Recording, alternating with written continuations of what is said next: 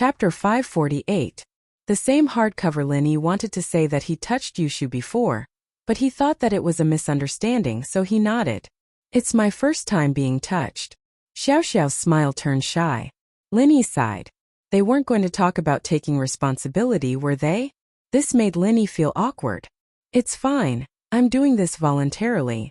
Xiao Xiao gathered her courage, wanting to threaten him with this, but she couldn't bring herself to say it. The words just came out of her mouth, and they just turned into soft, silly words. Linny didn't expect Xiao Xiao to say that. He looked at her in disbelief. I'm really sleepy. I'm going to sleep for a while. With that, Xiao Xiao closed her eyes and laid on the back of the chair. This time she didn't listen to Linny. Linny didn't understand Xiao Xiao's attitude. Was this still the Xiao Xiao he knew? What was she trying to do? This scene made Linny's understanding of Xiao Xiao a little blurry. All of a sudden, her attitude changed. What was going on with Xiao Xiao? Seeing that Xiao Xiao didn't want to talk to him anymore, Linny closed his eyes helplessly. Linny found it very strange that Xiao Xiao would let go of this so easily. How could he be in the mood to sleep? The auction went on as planned, and many of the items were sold at very high prices. Miracle Dr. Kang's family didn't buy anything, but they were still very happy sitting there. Dr. Kong felt that he was going to become the head of a noble house soon. He would be like these people with an extraordinary position in society. As long as he had the title of a noble house, his path would become wider. Whether it was buying materials or selling, he would break through his current bottleneck, ushering in a new era for House Kong. Today, it was obvious that the noble house's attitudes towards Miracle Dr. Kong were much warmer than before. This was the reason why Miracle Dr. Kong was so confident. Only House Yu's attitude was a little vague. Haitian nodded at Miracle Dr. Kong calmly, not saying a word. But Dr. Kong thought that House Yu was just trying to avoid arousing suspicion. House Yu was the organizer of the noble house meeting. If they were too close to House Kong, how would people think of them? Sure enough, the third auction is filled with good stuff. Kong Guifeng looked at the people who won the auction enviously, taking all the rare treasures for themselves. Next year, House Kong will return with a full load. This year is a year of development, and we need to use our funds in the right place.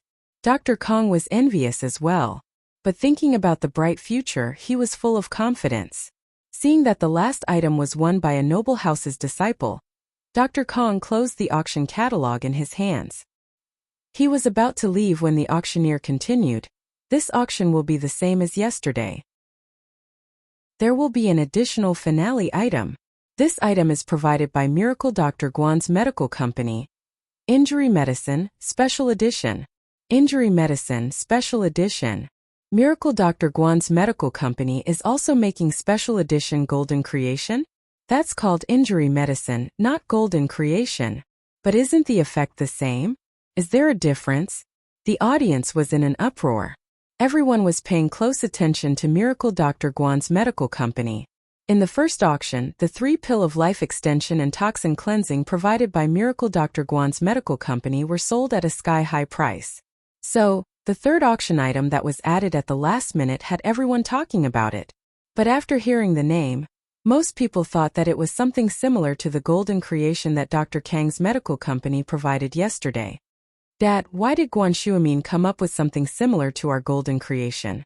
Does he have the formula for our golden creation as well?" Kong Guifeng frowned when he heard the name of the injury medicine. "They're calling it injury medicine, so it should be different from our golden creation. Besides, it's hard to say if it's effective or not." Dr. Kong wasn't that worried. His golden creation's formula was a secret, and no one would be able to analyze it. Even if they did, the ingredients were rare, and they couldn't be mass-produced. Most of the suppliers in the country were monopolized by House Kong. "He must be copying us." Kong Guifeng scolded unhappily, "How shameless! And he's still calling himself Miracle Dr. Guan? That's a pretty good imitation." "Imitation is imitation, it won't achieve anything big." Miracle Dr. Kong shook his head and smiled carelessly. He chose the wrong time to come up with a special edition injury medicine for auction at a time like this. "Yeah," Kong Guifeng nodded, "indeed, we've already auctioned the golden creation medicine yesterday. It's basically enough for the entire auction." Who else are they going to sell it to? What a finale. I think it'll be embarrassing if no one buys it later. Let's watch the show. Dr. Kong smiled. Looks like it was the right decision not to leave so early. We can still watch a good show now. Grandpa, why do I feel that Fatty Lai isn't that reckless? Xiaolong was confused. If they brought out the same thing, they'd probably think the same thing. Aren't they afraid of embarrassing themselves? Not that reckless. If he wasn't, why would he spend 20 million to buy a box yesterday? Dr. Kong didn't think much of it. Hasn't he heard of the story of buying the casket and returning the pearls? But he still bought it. This proves that this person's IQ is really low. He was forced to do it yesterday. He couldn't back down now, so of course he had to spend money to buy it. But I feel that Fatty Lai isn't that kind of idiot. Xiaolong shook his head and didn't say anything else since his grandpa didn't think much of it. The auctioneer was very satisfied with everyone's response. He wanted to personally introduce the effects of this hardcover injury medicine, but after thinking about it, it was better to let Lai Changyi personally introduce it. So when everyone was almost done discussing, the host said, I think everyone is very concerned about the effects of this hardcover injury medicine. Let us welcome the CEO of Miracle Dr. Guan Medicine Group, Mr. Lai Changyi, to the stage to introduce the effects of his company's new product, as well as the effects of this injury medicine. Chapter 549. Where did the formula come from? Fatty Lai was looking forward to this opportunity as well. Being able to promote the company was a good thing, so he stood up and walked to the auction stage. It was Fatty Lai's second time on the stage. Even the heads of noble houses didn't get this kind of treatment, but House Yu gave him this face. Of course, this face was for Guan Shuamin. Only Guan Shuamin would receive this kind of treatment. Ladies and gentlemen, good day. I believe everyone is curious about what our company's injury medicine and special edition injury medicine are. Fatty Lai said calmly. Now I'll answer everyone's questions. Of course, other than Miracle Dr. Kang's family, the other noble houses and wealthy businessmen were all very interested in it. Even if it was the same as Dr. Kang's golden creation, they would still be interested. After all, having Miracle Dr. Guan meant that they had another choice. They didn't need to beg Dr. Kang's family anymore. Luckily, we made the skin beautifying golden creation. Otherwise, there'd be changes to the noble house promotion. Miracle Dr. Kong was gritting his teeth in anger. How did they get the recipe? Miracle Dr. Kong gritted his teeth in anger. They probably made it up, Kong Guifeng said. Fake products won't stand the test of the market. If it's something useless, they wouldn't dare to take it out. Xiaolong saw it clearly. Grandpa's right, we're one step ahead of them. We made the skin beautifying golden creation. And we made it at the perfect time to be ahead of others. Fatty Lai, naturally, didn't know what the Kangs were talking about. If he did, he'd probably laugh his head off. This injury medicine is used to stop bleeding and nourish the muscles, allowing the wound to heal faster without leaving any scars. Fatty Lai's words caused an uproar. Wasn't this the same effect as Dr. Kang's golden creation? Dr. Kang's face was ashen. It was one thing to make a guess, but it was another to confirm it. His face wasn't looking good. Anyone can brag. The key is that it has to be effective. Kong Guifeng snorted coldly. Grandpa, does Kong Xiaobo's family have our recipe? Xiaolong suddenly thought of something else. Was the recipe leaked? I don't think so. You're suspecting that they have the formula as well? Dr. Kong understood what Xiaolong meant immediately. Yes, Kong Xiaobo has a good relationship with them. I'm afraid that the formula was leaked by Kong Xiaobo. Xiaolong frowned. Otherwise, why didn't they start the company earlier? Why did he set up the company after he met Kong Xiaobo? And why did he come up with the exact same medicine? Boss probably hasn't seen the recipe. Miracle Dr. Kong shook his head. He'd fallen out with his brother, but it was because of this recipe that they'd fallen out. He'd wanted to use this recipe to get rich, but his brother had insisted that he couldn't touch it or even look at it. That was why they'd fallen out. If his brother had seen the formula, then he wouldn't have had a falling out with him. The two of them could get rich together, and that would be a different story. No, but how can there be such a coincidence in this world? Xiaolong didn't believe it. I'll go back and ask my brother. Dr. Kong frowned. If the formula was really given by his brother, then there was nothing he could do. After all, he didn't have the formula alone. But if it wasn't given by his brother, then he had to investigate. Xiaolong didn't say anything else. He raised his head and looked at Fatty Lai. He didn't know what he was going to say. The normal version of the injury medicine will be available in a month, and there won't be any shortage. The retail price is 199 yuan. Fatty Lai slowly advertised his company's product. He believed that in the near future, the price and effects of his product would spread from the mouths of these people, and more people would know about it. From person to person, from 1 to 10, from 10 to 100. Soon Miracle Dr. Guan's injury medicine would be known by everyone. Besides, his advantage over Dr. Kang's golden creation was that it was cheap and had a large supply. When people couldn't buy Dr. Kang's golden creation, they would settle for the second best, Miracle Dr. Guan's injury medicine. After using it once and realizing that its effects weren't inferior to Miracle Dr. Kang's golden creation, it was obvious whether or not they'd buy it again. There won't be any shortage? You're bluffing, aren't you? Kong Guifeng laughed coldly. Our house Kong has taken over all the raw material suppliers in the country. Where are they going to get the raw materials? Even with Guan Shuamin's reputation, they won't be able to get much. That's true. If we had enough raw materials, there wouldn't be a shortage. Who wouldn't want to earn money? Unless the raw materials were too expensive and couldn't cover the cost. But if that's the case, if they bought the raw materials at a high price and sold them for only 199 yuan, wouldn't they be losing even more money? Dr. Kong shook his head. He didn't understand.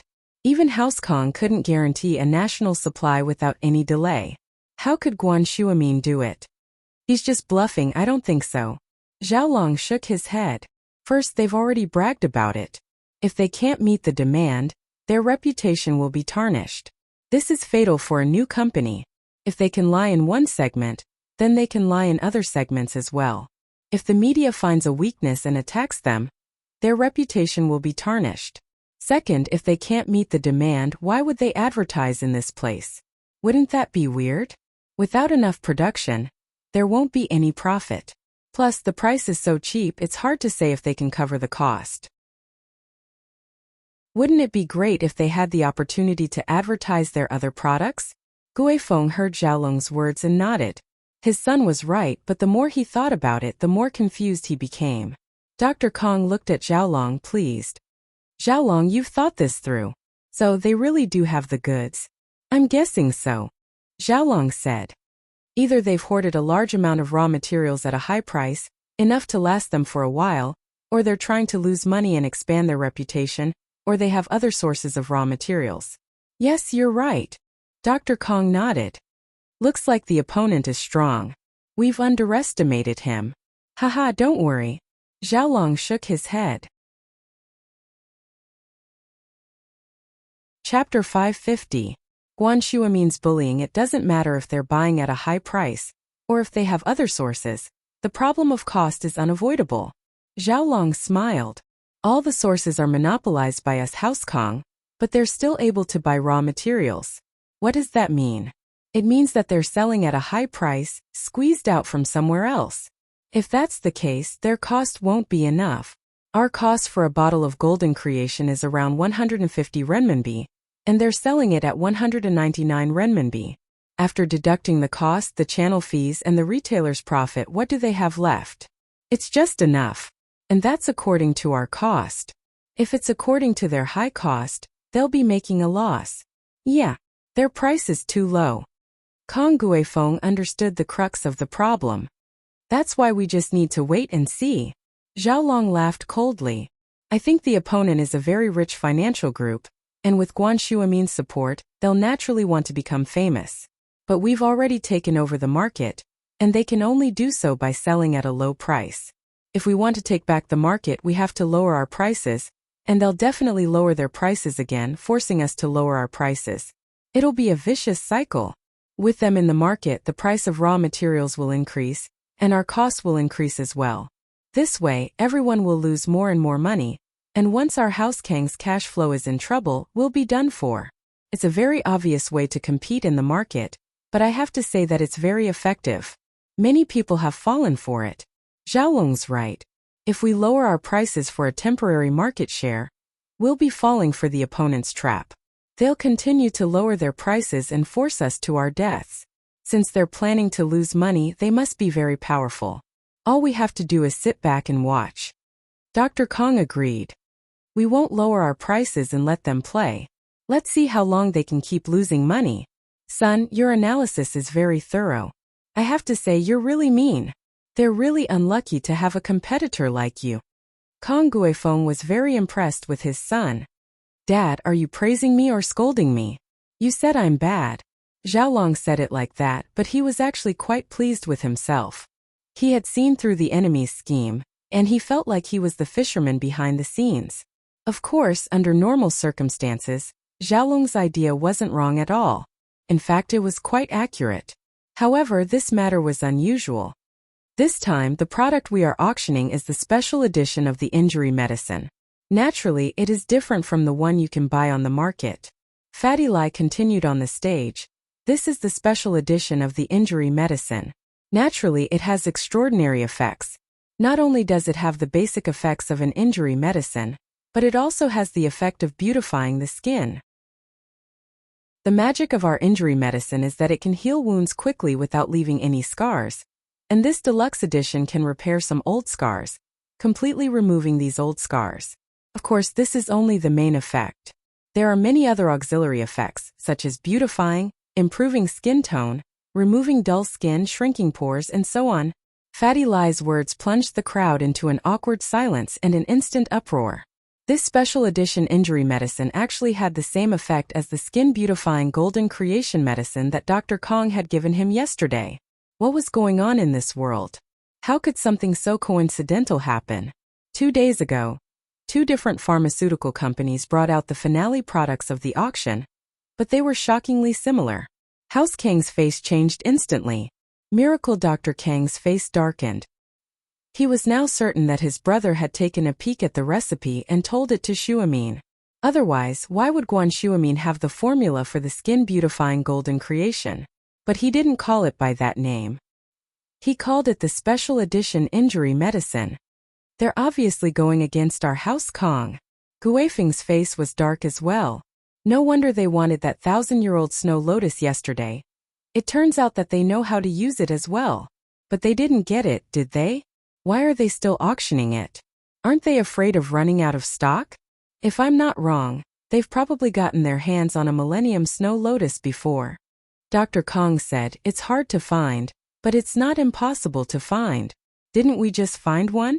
With Guan Xuemin's reputation, it's too easy for him to get his hands on rare ingredients. Grandpa, about us becoming a noble house. Xiaolong was most worried about becoming a noble house. I'm afraid that the situation has changed. Dr. Kong was worried as well, but he couldn't do anything about it. Who asked them to be so unlucky? Encountering something like this. No wonder House Yu was looking at us weirdly yesterday. They knew about it. They didn't even tell us about it beforehand. They're obviously trying to embarrass us. Hatred flashed across Xiaolong's eyes. If House Kong couldn't become a noble house, there would be more variables in the future. Guan Xuemin, you're too much. Kong Guifeng laughed coldly. Then let's see who's going to win. Fatty Lai left after the introduction. Next up was the auctioneer's job. In fact, there wasn't really a need for an auction. After what happened with House Kong yesterday, Fatty Lai suggested to Lin Yi to increase the number of bottles, and Fatty Lai reluctantly gave up 10 bottles that belonged to his family, making it 30 bottles in total. He also suggested to Lin Yi to increase the number of pre-authorizations by 50. This was also what he learned from House Kong. The goal was to attack House Kong. In any case, they had already become competitors. Fatty Lai wanted to spend some time to convince Lin Yi, but Lin Yi agreed immediately when he heard that it was to attack House Kong. Lin Yi was duty-bound to avenge his little brother, Kong Xiaobo. Lin Yi was especially impressed that Fatty Lai was willing to give up the portion that belonged to him. This made Lin Yi slowly accept Fatty Lai, and he was ready to make him his confidant. Chapter 551. You have to compensate me. House You didn't like House Kang's way of using the opportunity to blackmail them. They had no choice but to agree to become a noble house. But now it wasn't necessary anymore. What you have, Miracle Dr. Guan's medical company has it too. What right do you have to become a noble house? On the other hand, if Guan Shuamin wanted to become a noble house, Housey would probably cooperate with him. They might even become the 5th noble house. From this, one could see the importance of a miracle doctor. The auction quantity is 30 finished products and 50 pre-sale products. The price of the finished product is 2.99 million, and the pre-sale product is 2 million. First come, first served. The auctioneer introduced the rules of the auction. Everyone knew the rules of this auction. There was a red button on the table in front of them. When the auctioneer said start, everyone could press the button to start the auction. The first person to press the button would get the item. Of course, no one would offend anyone in this situation. One person could bid for more than one item. Usually, the people would press the button according to the size of the family and the status of the rich and famous people. Only when there were more people left would they start the fair auction. This shocking price made the 2 wealthy businessmen who had spent more than 10 million on the pre-sale items the day before instantly dumbfounded. They spent so much money on the pre-sale product, but the finished product was only 2.99 million. Of course, this was Fatty Lie's last-minute price increase. Those who didn't bid were all glad that they didn't rush to the end of the auction yesterday. Otherwise, they would have lost a lot. Dr. Kang's family was completely dumbfounded. They didn't expect Miracle Dr. Guan's medical company to take out 30 finished products and 50 pre-sale products at once. They were ashamed of themselves. Yesterday they were acting all mysterious, making people think that it was a good thing. They only made 2 trial products and they were even pre-sale products. Today they were mass-producing it. Wasn't it obvious that they weren't as good as Miracle Dr. Guan's? This was so embarrassing. Fuck, didn't they not get the Millennium Snow Lotus? Why are there pre-sale products? Where did they get it from? Kong Guifeng was so angry that he wanted to stand up and curse. Wasn't this too much? He felt his face burning. Dr. Kong didn't say anything, but from his expression, it was obvious that he was in a very bad mood. Zhao Long, on the other hand, was frowning. After a while, he relaxed his brows and smiled. Grandpa Dad, did you forget what I said? If they are willing to pay, then let them pay. We will just wait and see. As long as we do our job well, it's up to them what they want to do. If they have the ability, they can pay for a year and continue to pay for next year's auction. Dr. Kong and Kong Guifeng slapped their thighs. What a wake-up call. Indeed, Xiaolong was right. If they were willing to pay up, then so be it. It wasn't like he could interfere. Let's see who'll be the one laughing in the end. Thinking of this, the people of the Kong family were relieved. They looked at the people around them excitedly bidding for the photos. They thought to themselves, go ahead and bid more. There won't be this price next year. The auction had come to an end, and House Kong didn't feel too good about it. The noble houses that had been so enthusiastic yesterday all seemed to have lost interest in today's auction. No one went to greet House Kong, and this made them very depressed. Although he had already expected this situation, no one would feel good if they were in his shoes. So you guys have that skin-beautifying golden creation too? This was the first thing Xiao Xiao said after waking up. She blinked her big watery eyes, evidently very excited about what happened at the end of the auction. She even forgot about the chest attack earlier. Linny breathed a sigh of relief since Xiao Xiao didn't mention it. But Linny didn't know how to answer Xiao Xiao's question. It's different from theirs. Oh, I know. It's the special edition injury medicine. Xiao Xiao nodded. I'll give you one? Linny asked after some hesitation. I don't want it. What's the use of being that pretty? It can't prolong my life. Xiao Xiao didn't care about these things that other girls would go after. Don't try to get on my good side. Don't think that a special edition injury medicine can make up for what happened before. Ahem. Linny was startled. Xiao Xiao hadn't forgotten about what happened before. What's wrong? I'm talking about you peeing on my head. Xiao Xiao looked at Linny confused. What do you think I'm talking about? Did you think it was you who saw me bathing? Or that you touched my boobs? Wah! Lin Yi's eyes widened. He almost jumped up as if someone stepped on his tail. This Xiao Xiao couldn't just say things like that. He wouldn't be able to explain himself if Tang Yun heard this. What? You don't dare to admit what you did? Xiao Xiao glared at Lin Yi. That's not it. I saw you bathing because I wanted to save you. Lin Yi said faintly. You can threaten me if you want. Then what about just now? You didn't touch me on purpose? Xiao Xiao asked. I did it on purpose. Lin Yi nodded, not denying it. You admit it now, right? Humph. Xiao Xiao was very pleased. She finally had something on Lin Yi. So what? Lin Yi shrugged. But he felt that it wasn't right. So what? I'll tell Tang Yun that you touched me. Xiao Xiao threatened. She won't believe you. You don't have proof. Lin Yi said. I do. I took a picture. Xiao Xiao waved her phone proudly. Lin Yi's head hurt. He stared at Xiao Xiao coldly. I don't like it when people threaten me. You're getting serious? How boring. Xiao Xiao saw that Lin Yi was angry and softened. She put her phone away. Fine, I won't threaten you. You have to compensate me, right? I'm a virgin. You touched me and I'm no longer pure. You're a virgin now too. Lin Yi was speechless. How could she not be a virgin with just a touch? Then I'm no longer pure. You have to compensate me. Xiao Xiao tried to make her voice sound sweet. Compensate. Lin Yi couldn't really reject this time. How do you want to compensate me? I'll think about it first. Xiao Xiao didn't show it on her face, but she was very pleased inside. Kang Xiaobo was right. Lin Yi was amenable to coaxing but not coercion. She couldn't threaten him, so she just had to act pitiful. Chapter 552. It should be fine, Lin Yi. Are you done with your stuff?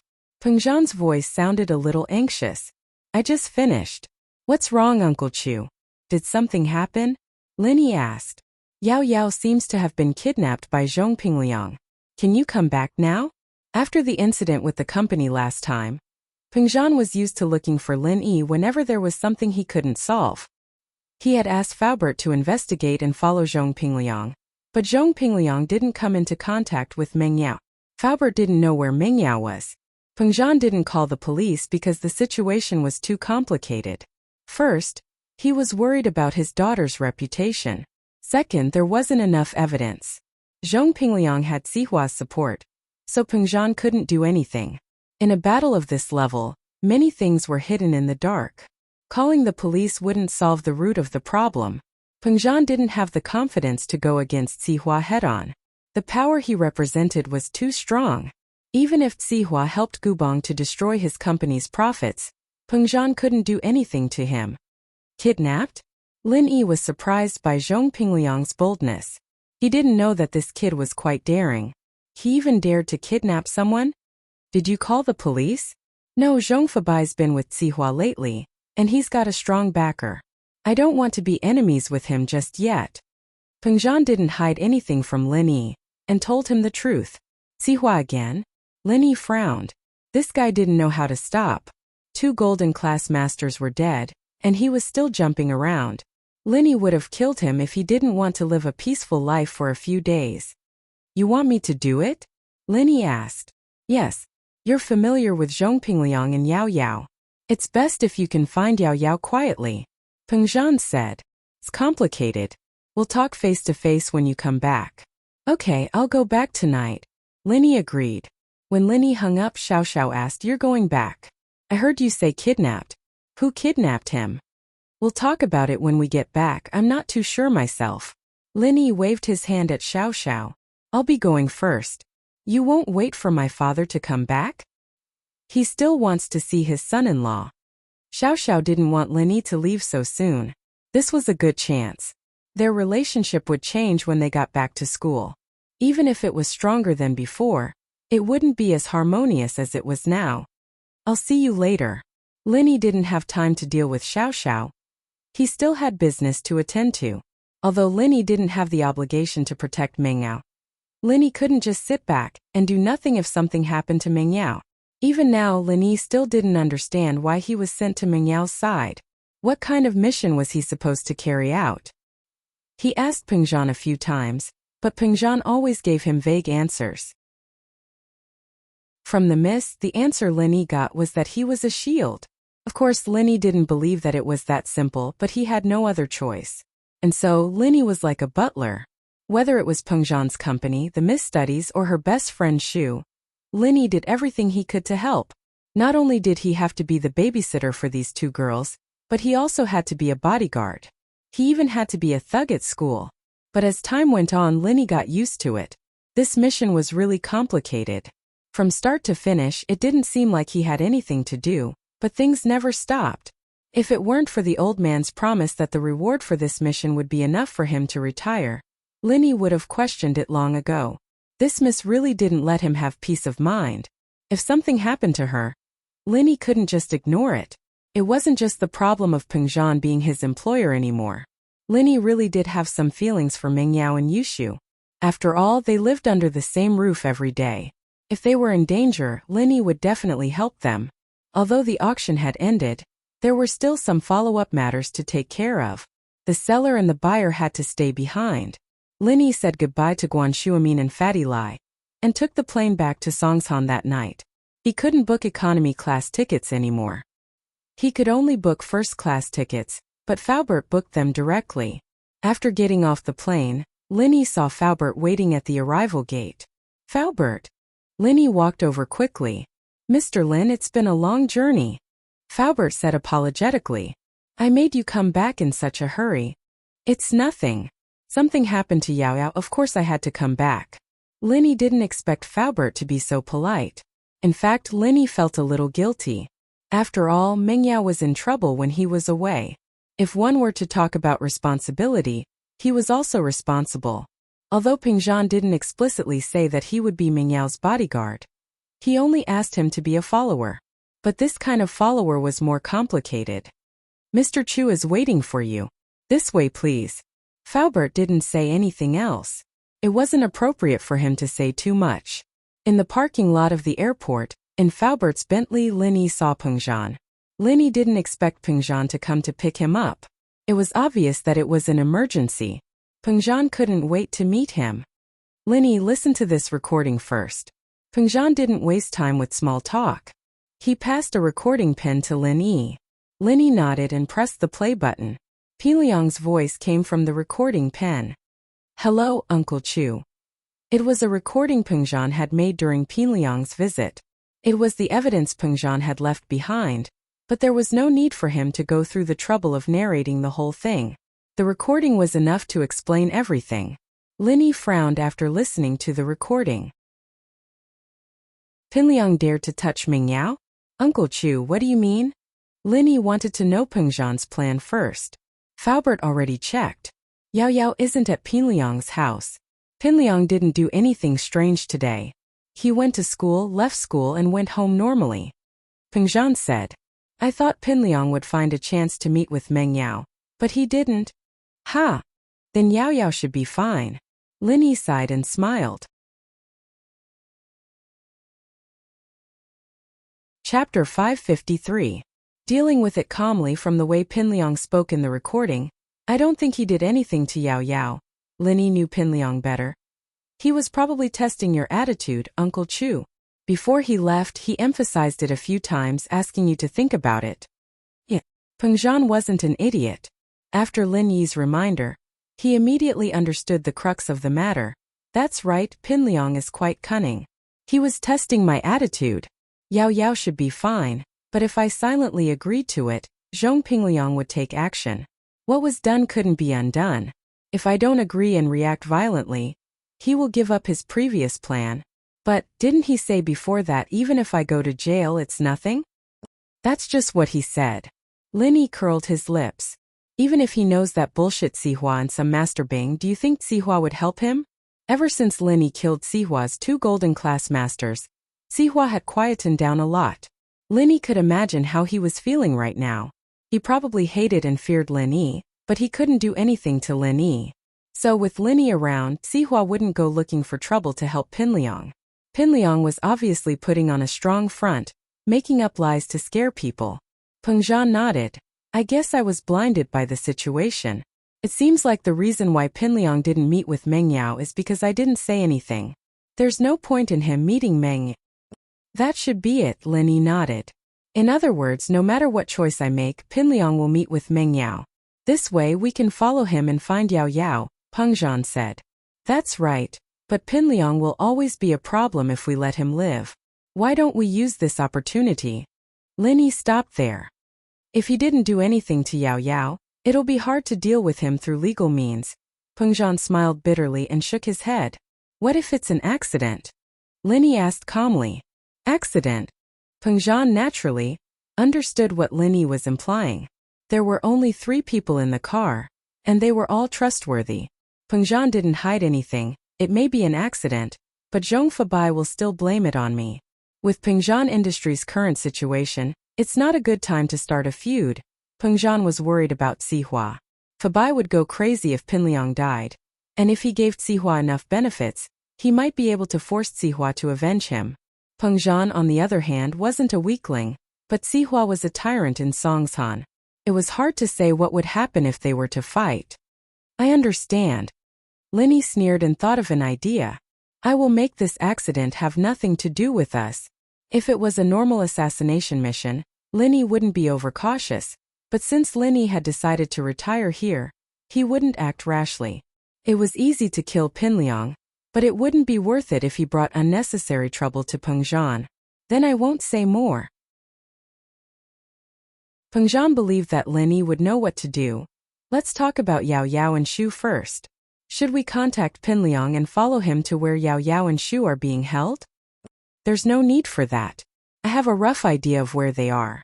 Linny smiled. Oh, where? Peng Zhan was surprised. He didn't expect Linny to know where Meng Yao and Yushu were being held. Mount Shuangyan. Linny said. Shu sent me a message last night, saying that she and Yao Yao were going to Mount Shuangyan.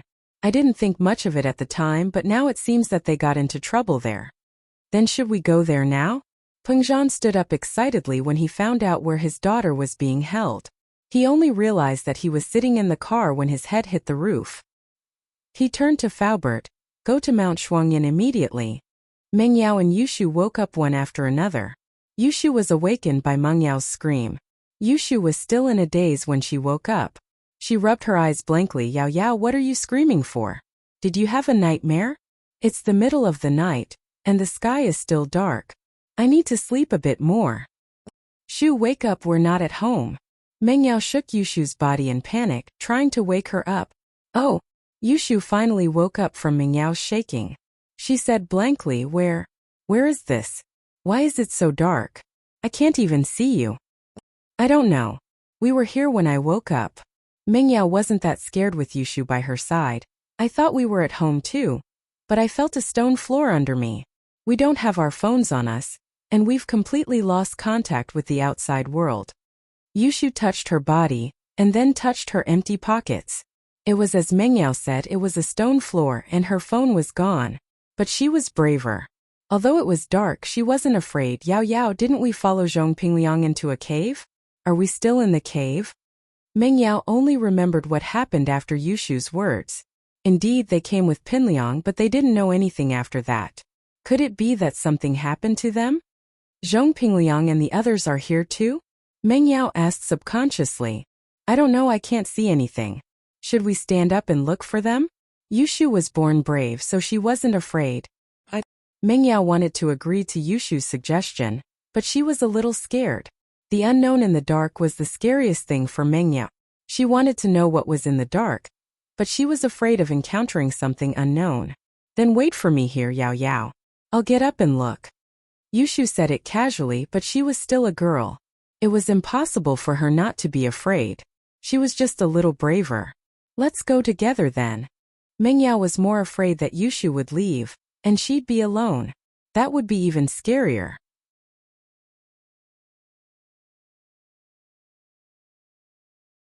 Chapter 554. Intimate talk. In the small space of the cave, apart from a backpack, there were a few plastic boxes of unknown contents. It was too dark and Yushu didn't take a closer look. But one thing was for sure, there was no one else here other than the two of them. At this moment, the two of them realized that they might have been set up by Zhong Pingliang. Otherwise, why were there only the two of them here and not Zhong Pingliang and Gao Xiaofu?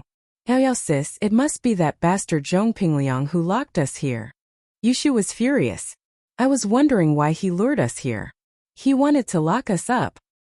Shoo, it's all my fault. I trusted Zhong Pingliang too easily. Meng Yao bit her lips, knowing that she was tricked. It was obvious that Zhong Pingliang had lured her and Shoo here on purpose, knocked them out and locked them up. That so-called seeing someone who looked like her was a lie made up by Zhong Pingliang. Yao sis, how can I blame you? I know that you miss your mother. At this time it's hard for you to think straight. Yushu didn't blame Yushu. Instead, she smiled and comforted Yushu. You know everything? Meng Yao looked at Yushu in surprise. But she couldn't see Yushu's expression in the dark. Of course we're best friends. We grew up together. I know you better than Zhong Pingliang, right? Yushu sighed. I wouldn't have followed you here if I knew this. I could have thought of a way to save you outside. Now, no one knows that we came out with Zhong Pingliang. Meng Yao nodded. Shu, it's good that you don't blame me. I thought you didn't know anything. Oh right, why do you think Zhong Pingliang locked us up here? With Yushu's understanding, Meng Yao wasn't that afraid anymore. She calmed down. Especially after knowing that there was no one else in the stone room, Meng Yao wasn't nervous anymore. I don't know either. Pinliang shouldn't have the guts to do something like that. Isn't he always so obedient in front of Yao Yao? Yushu couldn't understand why Pinliang would suddenly do something like that. Well, I don't know. It can't be that I kept rejecting him so he got angry and wanted to kill me, right? Meng Yao was startled. It was a little unbelievable, but it wasn't impossible. Wasn't there a lot of similar news on the internet? Meng Yao had laughed it off at the time, but now that she thought about it, she couldn't help but feel a chill run down her spine. Ah, no way. Then wouldn't I be in trouble too? Yushu said weakly, Yao Yao, I haven't lived long enough yet.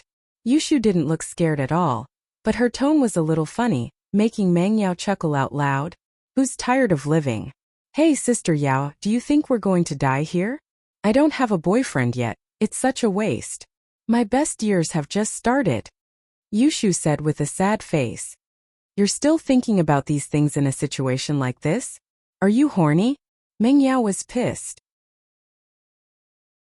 Why are you thinking about these things instead of how to escape? Escape? This is a security door. It wouldn't be called a security door if it could be opened so easily. Besides, we don't have tools or keys. How are we supposed to escape? Yushu said with a smile. We're going to die anyway. Yao Yao, let's talk for a while. Meng Yao was in a rush to escape, but after hearing Yushu's words, she felt that it made sense. If a security door could be opened so easily, it wouldn't be called a security door at all. Thinking about it was a waste of energy. She could only settle down. But she was a little annoyed at Yushu's thoughtlessness. You can still laugh at a time like this? Should I cry if I don't laugh? Even if I'm going to die, I can't die from depression. Yushu didn't care at all. Yao Yao, let's talk. Meng Yao was startled, but after hearing Yushu's words, she felt a lot better. Yushu was right, even if they were going to die, they couldn't die from depression, right? They might as well wait for death happily. Besides, they might not die from it. Okay, then what do you want to talk about? Meng Yao asked. Let's talk from the bottom of our hearts? Yushu held Meng Yao's hand. Yao Yao, we haven't talked from the bottom of our hearts for a long time. In the past, we didn't have any secrets between us. What do you mean no secrets? Didn't I get tricked by you to tell you everything? Meng Yao was angry when Yushu mentioned this. Her best friend looked dumb, but in fact she was very smart. She often tricked her out of her heart, but Yushu didn't. We're going to die anyway, it's fine to talk now. Yushu laughed dryly. Yao Yao, what do you think of Shield Bro? Lin Yi? Why do you like him? Meng Yao asked. Yao Yao, we're going to die and you're still like this? What's the point? I know you like Shield Bro too, right? Yushu blinked her eyes, but remembered that Meng Yao couldn't see. She wasted her eyes. Too? You like him too? Meng Yao caught on to Yushu's mistake. If you like him, then I have to like him. I'm a small wife for the rest of my life anyway. Yushu said matter-of-factly. I don't know if I like him or not. Meng Yao sighed. This was the first time she seriously discussed Lin Yi with Yushu. Because I don't know what it means to like someone. Oh, I don't know either. I just think that Shield Bro is a good guy. Not as boring as other guys. Yushu continued to lead Meng Yao. Yeah, it's just that sometimes I think he's annoying but sometimes I'm worried about him. Mengyao wasn't sure if she was talking to Yushu or just herself. That guy's so annoying. He still wants to go to Tang Yun when he has us two beauties at home. Yao Yao, are you jealous? Yushu asked. I don't know, but I don't feel comfortable seeing him with Tang Yun. Mengyao shook her head. Oh, then do you like him? Yushu asked.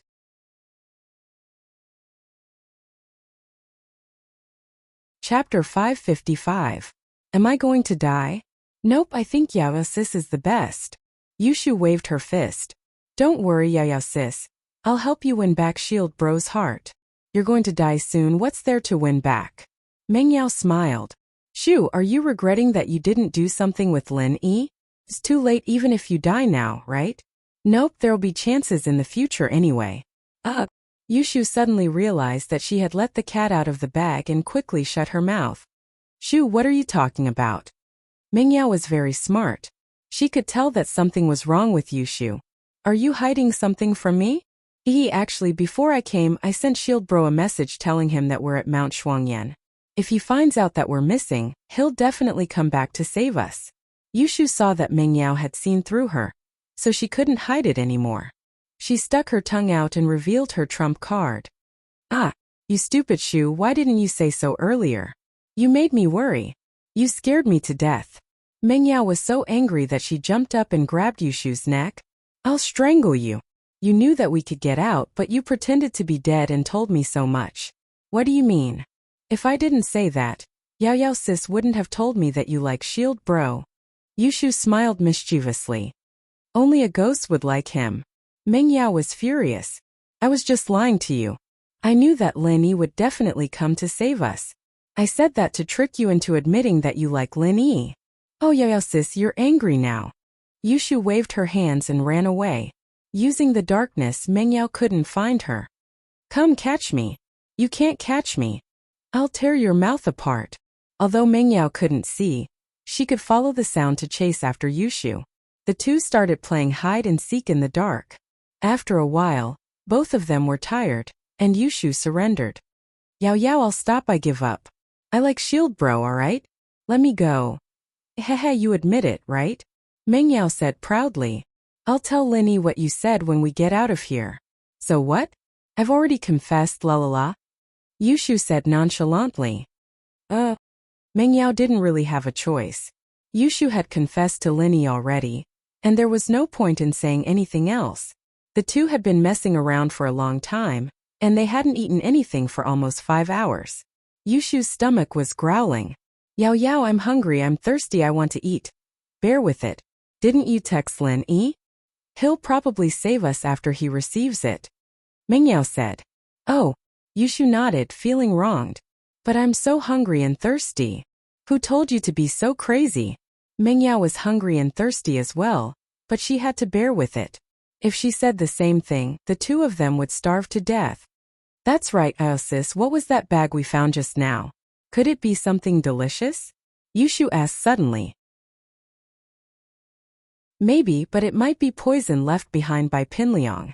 If we eat it, we'll be committing suicide. Mengyao didn't think that the bag was food, but she couldn't understand why Pinliang would leave food behind after locking them up. It wasn't like he wanted her and Yushu to survive, because there was food and no water. It was fine if a person didn't eat, but if they didn't drink water, they'd die faster.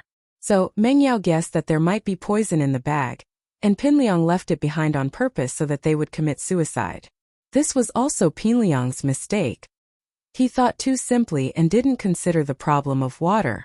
He thought that Mengyao and the others could survive as long as there was food. Oh, then I won't eat. Yushu was shocked and quickly gave up on the idea. But I still want to drink water and eat. Alright, Shu, let's sleep for a while. You won't be hungry or thirsty if you sleep. Mengyao was also hungry and thirsty, but she had to act like an older sister. She comforted Yushu. Didn't you say that Lin Yi would definitely come to save us? Oh, okay then. Yushu closed her eyes. Mengyao sighed softly. It must be night now because there was no light from the peephole of the door. Mengyao remembered clearly that the door faced the entrance of the cave. If it was daytime outside, they would be able to see the scene outside. Time passed. and the two girls snuggled against each other. Mengyao could hear Yushu's even breathing, and she knew that Yushu had fallen asleep. Mengyao was tired as well, so she fell asleep as well. When the two woke up again, there was a sliver of light coming from the peephole. It was daytime outside the cave. Of course, the two of them were not awakened by this weak light. Instead, they were awakened by a parched throat. They hadn't drunk a drop of water for more than 10 hours, and both of them were extremely thirsty. Yushu didn't feel hungry anymore. She just felt thirsty and wanted to drink water. "Yao Yao, I'm thirsty, I really want to drink water," Yushu said with a hoarse voice, struggling to speak. "Shu, be a good girl. Just bear with it." Mengyao patted Yushu's back and said firmly, "Linny will definitely come to save us." "Oh, are you sure?" Yushu didn't have much confidence now. She thought that Linny would come soon, but it had been a night and Linny wasn't here yet. She didn't know what time it was, but it must be the next day. "And if he doesn't come, I'll fire him," Mengyao comforted. Yushu wanted to say that if he didn't come, how could she fire him? But in her heart she hoped that Linny would come. He was her last hope, and she didn't want her hope to be destroyed. "Yao Yao, am I going to die? Why do I feel so weak? I just woke up and I want to sleep again?" Yushu struggled to hold Mengyao's hand. "No, you're just too hungry, that's why you don't have any energy." Mengyao shook her head. "Oh, then I'll sleep a bit more." Yushu closed her eyes, but she couldn't fall asleep. Her stomach was growling, and her throat felt like smoke was coming out.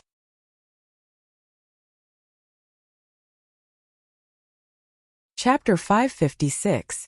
Chapter 556. Brave Yushu. Sis, what's the first thing you want to do when you get out?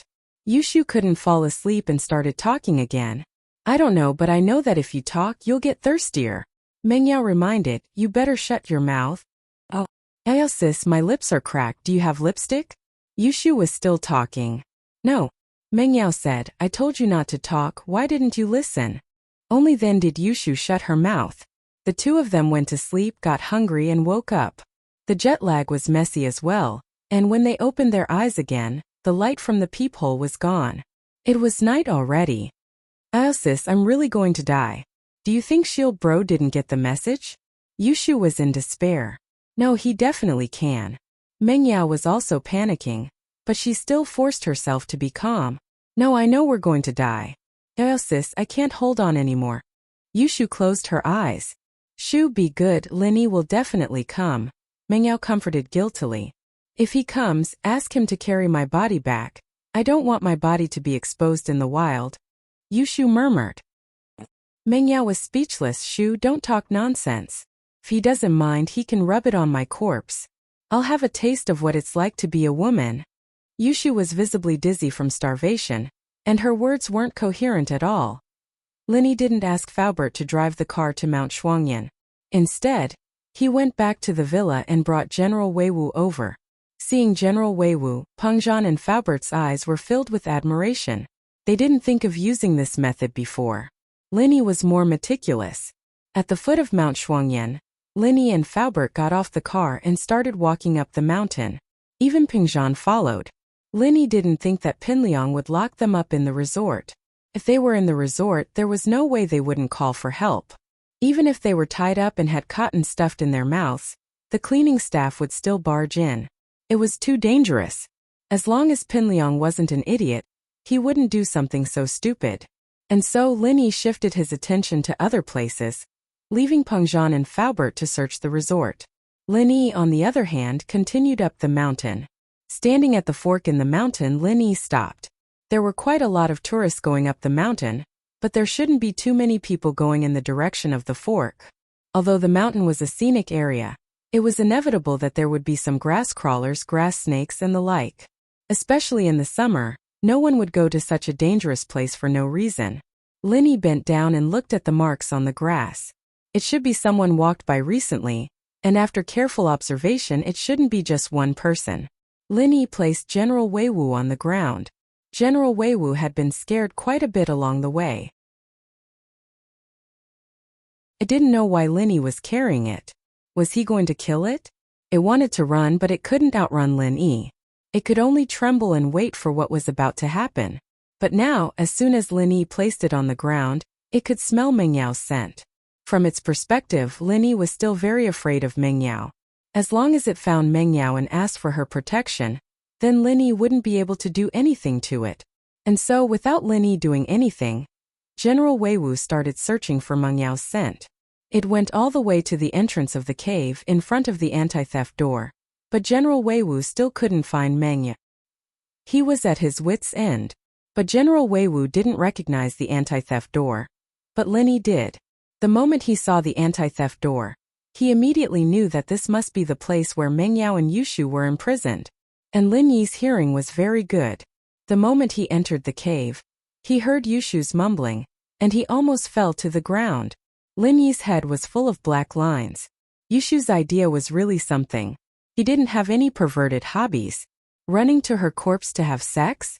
Lin Yi coughed dryly and knocked on the anti-theft door. Yao Shu. Oh sis, I'm really going to die. I'm hallucinating. I think I heard Shield Bro's voice, Yushu said in a daze. Lin Yi?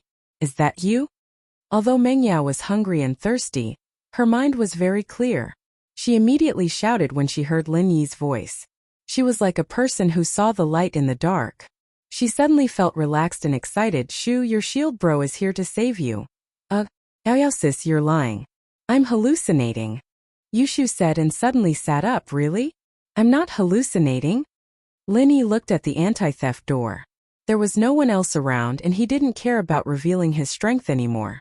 He raised his leg and kicked the anti-theft door, and Lin Yi held back a lot of strength. He was afraid that the door would be sent flying and hurt the two girls. Yushu finally woke up from her stupor when she heard the loud bang. Shield Bro? It's me. Lin Yi kicked a few more times and the anti-theft door was completely destroyed. He walked into the cave. Are you guys okay? What? Meng Yao cried tears of joy. She didn't know how she got through this. Although she was scared, she knew that if she gave up, Yushu wouldn't be able to hold on anymore. So she gritted her teeth and held on. When Lin Yi came, she finally couldn't hold it anymore and vented her feelings. I'm sorry I'm late. Lin Yi held Meng Yao's hand and gently patted her back. Don't cry, let's go home now. Suddenly, Yushu grabbed Lin Yi's arm and bit down on it. Ah, what are you doing? Lin Yi stared at Yushu in pain. Oh, it's not a dream, I thought it was a dream. Shield Bro, you really came. Yushu's listlessness disappeared, and her excited face regained some color. I'm not here, I'm scared of having sex with corpses. Yushu's bite hurt and Lin Yi was pissed off. Why didn't this girl bite herself? Was she using him as a guinea pig? He couldn't help but expose her. Yushu froze and her eyes widened. You heard it. Only if I'm deaf. Lin Yi was speechless. Meng Yao on the other hand started laughing out loud. This Shu really knew how to make a fool out of herself. Lin Yi even heard what she said. How embarrassing.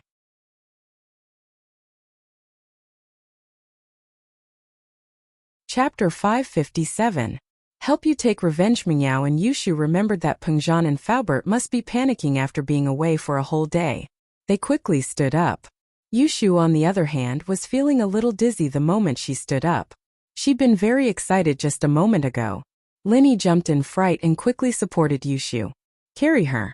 Her body isn't as good as mine, Meng Yao said to Lin Yi. Can you? Lin Yi saw that Meng Yao was also a little unstable. After all, who wouldn't be able to stand after a whole day without food? Yeah. Meng Yao nodded. She wasn't standing too stably either, but she was still stronger than Yushu. Let's go together. Lin Yi carried Yushu with both hands and said to Meng Yao, Together? Meng Yao's eyes widened. Lin Yi, on the other hand, squatted down and hugged Yushu before stretching out his arms. You come up too. Can you do it? Meng Yao looked at Lin Yi in disbelief. Usually it was already very good to carry a person down the mountain. After all, the mountain path wasn't easy to walk on. But Lin Yi wanted to carry too? Wasn't he too strong? He can even kick down the security door. What do you think? Lin Yi wanted to say that it was dangerous to say that he couldn't do it in front of a man. But Meng Yao didn't mean it. Meng Yao was really tired. After a moment of hesitation, she remembered that Lin Yi was strong enough to kick down the security door. She fell on Lin Yi's arms. Lin Yi walked out of the cave with the two misses in his arms. He remembered that he didn't call Pengjan in a hurry. But now that his arms were occupied, he couldn't make a phone call. However, when he was going down the mountain, he saw Pengjan and Faubert at the entrance of the resort. The two had just come out of the resort, and it was obvious that they didn't get anything. They looked up and were overjoyed to see Lenny carrying two people. Yao Yao Shu. Pengjan ran over in a few steps, completely losing his composure as a chairman. At this moment, he was just a father worried about his daughter's safety. It's okay. Maybe they're too tired. They fell asleep. Lenny smiled bitterly. He didn't expect the two to fall asleep so quickly, but the smiles on their faces told him that they were sleeping soundly.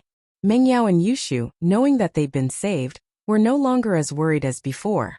All they wanted was a good rest. Faubert wanted to help Lenny, but he didn't want to wake up Mengyao and Yushu. He smiled apologetically. Pengjan, on the other hand, rubbed his hands in excitement. He found his daughter, and it seemed like she wasn't hurt. Otherwise, he wouldn't be able to sleep so peacefully. When they got on the car at the foot of the mountain, Lenny had to put the two down. Mengyao and Yushu, on the other hand, had slept for quite a while. They were just a little tired. They woke up and rubbed their eyes.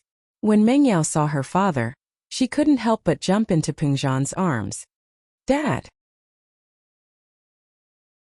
Pinliang, that bastard locked us up. You have to avenge me. Don't worry, Yao. It's okay. Pengjan sighed. It was the first time his daughter had suffered so much in her life. Mengyao had someone to talk to, but Yushu didn't. She looked at Mengyao, who was in Pengjan's arms, and turned to Lin Yi. She jumped into Lin Yi's arms. Shield bro, you have to avenge us. Yushu only wanted comfort. She didn't have any other intentions. She just hugged Lin Yi. Lin Yi patted Yushu's shoulder. Even without Yushu, Lin Yi wouldn't let Pinliang go. It was just that he had to do it in a roundabout way. Since Pengjan didn't want to add to the conflict, Lin Yi planned to shift the conflict to someone else. After returning to the villa, Lin Yi comforted Mengyao and Yushu for a while before going back to his room. He still had to deal with Pinliang. He used his computer to extract a part of the recording and called Jiang Wen. Jiang Wen picked up quickly. Lil bro Lin Yi? Jiang Wen didn't expect Lin Yi to call him on his own. He gave Lin Yi some money, but he wasn't sure if Lin Yi would help him find Mingyao's information. From Jiang Wen's point of view, Lin Yi wasn't someone easy to get along with. And bro, it's me. Lin Yi said. Do you have time now? Now. What's up? Jiang Wen was drinking with Tai Zhao outside. He didn't know why Lin Yi was calling him. And bro, I didn't disappoint you. After a lot of hard work, I finally found some information about Mengyao at school. It's about her pursuers. Lin Yi said. Oh, is it about Mengyao? I have time, where are you? I'll come pick you up right now and we'll talk face to face. Jiang Wen's interest was piqued immediately upon hearing that it was about Mengyao. He didn't have anything to do right now. Even if he did, he'd push it off first. I'm at Mingyao's villa. Come over then. I'll wait for you. Lin Yi said. Okay, I'll be there in 10 minutes. Jiang Wen said immediately. Mengyao and Yushu were back to normal by the time he walked out of the room. The two of them were stuffing themselves in the dining room, and it seemed like they were starving. I'll go out for a bit. I'll help you guys get revenge. Lin Yi smiled. The two girls looked really cute now. Okay. Yushu's mouth was full of food. She waved her fist excitedly when she heard Lin Yi's words. Mengyao didn't say anything. She only looked at Lin Yi. Be careful. Lin Yi wasn't used to the Mrs. Gentleness. He paused for a moment before nodding. Pengjan didn't know what Lin Yi was going to do, but Lin Yi promised not to drag Pengjan Industries into this. Where are you going? Do you want Faubert to send you? Pengjan asked. No need. There's someone here to pick me up. Lin Yi smiled. Lin Yi's words surprised everyone in the living room. There was someone here to pick Lin Yi up? Lin Yi smiled and walked out of the villa. Jiang Wen's car was already there. He got out immediately when he saw Lin Yi.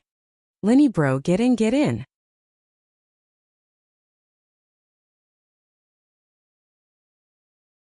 Chapter 558. Chapter 558 Revenge comes. Of course, Lin Yi bro, I know about your hard work. Don't worry, I won't let you do it for nothing. Tell me, what's the matter? Jiang Wen asked impatiently. And bro, listen to this recording first.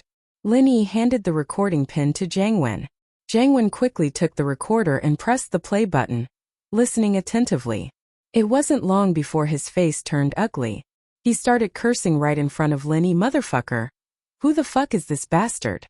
I'll kill him if he dares to make me a cuckold. Haha, and bro, don't worry. I've already saved Yao Yao. He didn't get what he wanted. He's just trying to blackmail Uncle Chu. Lin Yi told Jiang Wen his analysis. He had to make Jiang Wen feel at ease. Otherwise, Jiang Wen would think that Meng Yao was a second-hand good. What if he gave up on her? This would give him the confidence to take care of Meng Yao's love rival. Lin Yi bro, you came at the right time. I can't thank you enough. If it weren't for you, the consequences would have been unimaginable. Don't worry, I won't mistreat you. Jiang Wen patted Lin Yi's shoulder emotionally. At this moment he was sure that after Lin Yi accepted his payment last time, he didn't hold any grudges against him anymore. Lin Yi was sincerely helping him. Jiang Wen couldn't be blamed for thinking this way. After all, Lin Yi was only Meng Yao's bodyguard. He had a girlfriend as well. There was no conflict of interest between them. He even gave Lin Yi a huge sum of money. Why wouldn't Lin Yi do his best to help him? Sigh, but and bro, Meng Yao's love rival needs to be taught a lesson. I can't guarantee that I'll be so lucky next time. Lin Yi reminded. If you don't tell me, I'll kill him. How dare he touch Yao Yao? He must be tired of living. Jiang Wen smiled coldly. What's his name? If you tell me, I'll kill him tomorrow. His name is Zhong Pingliang.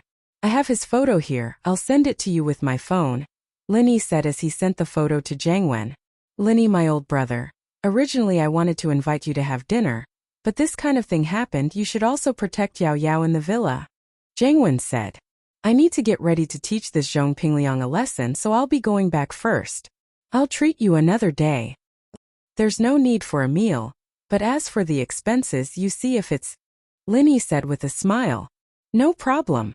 Jiang Wen was much more satisfied than last time. After all, Lin Yi had really helped him with something this time. The money wasn't wasted. I'll transfer another 1 million to you tomorrow, Jiang Wen said straightforwardly.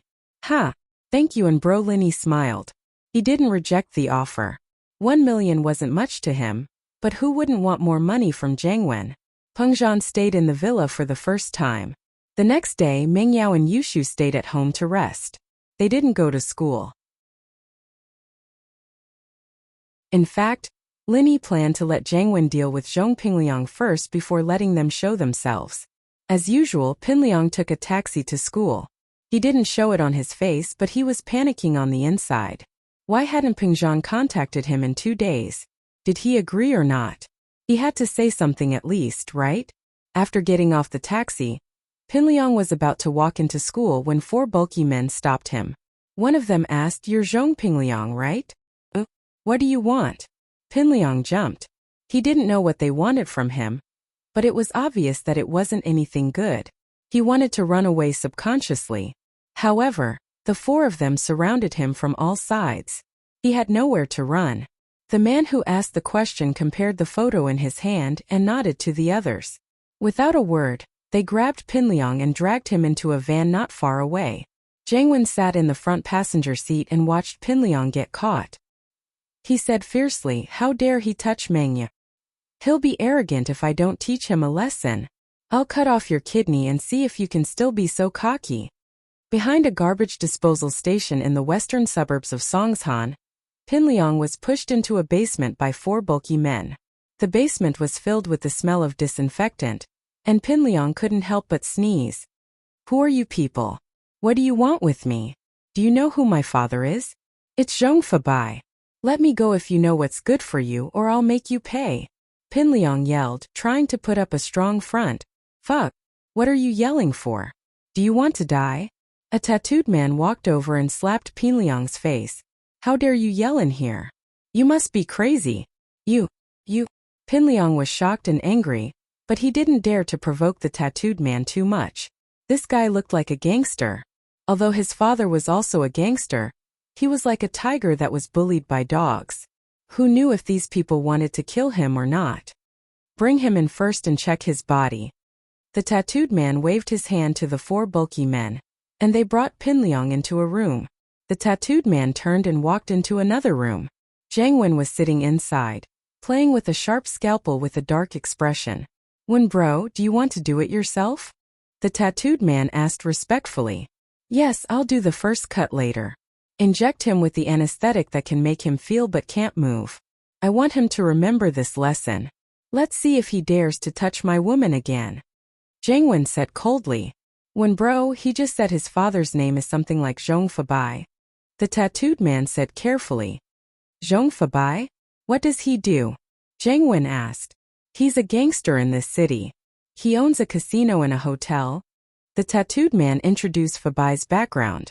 "What the hell is this? Do you even need to mention this kind of person?" Jiang Wen lost interest immediately after hearing that it was just a gangster. He waved his hand impatiently and said, "Hurry up and do it." "Yes." The tattooed man saw that Jiang Wen didn't care about Fabai's background at all, so he didn't say anything else. He turned around and went to make the arrangements.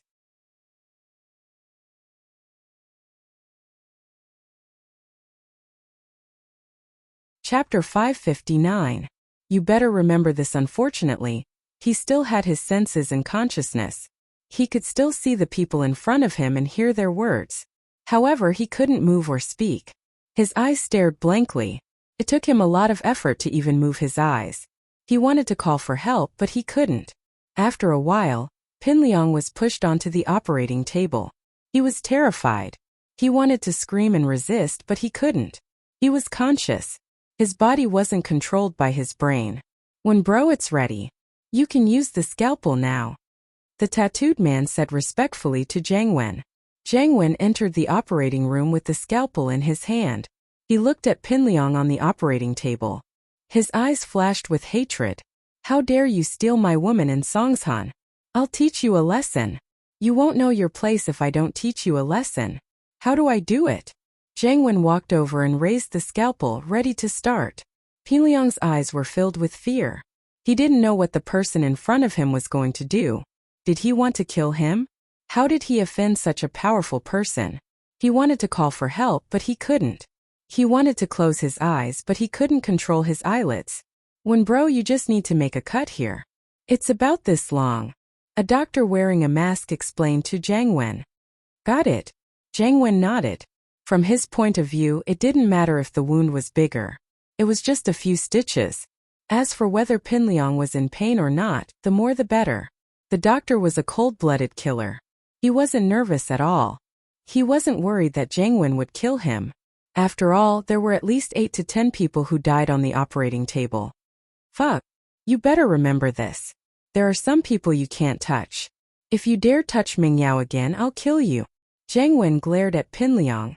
"I'll cut off one of your kidneys to teach you a lesson. Next time I'll cut off your head." Pinliang finally understood that the person in front of him was here to avenge Meng Yao. But since when did Meng Yao know someone like this? Was he sent by Peng Zhan? Pinliang wanted to shout, "Don't you dare!"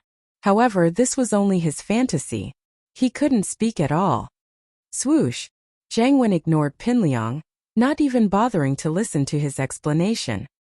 He used the scalpel and opened up a large wound on Pinliang's body. Pinliang's face twitched in pain, but there was nothing he could do. "Don't forget about it."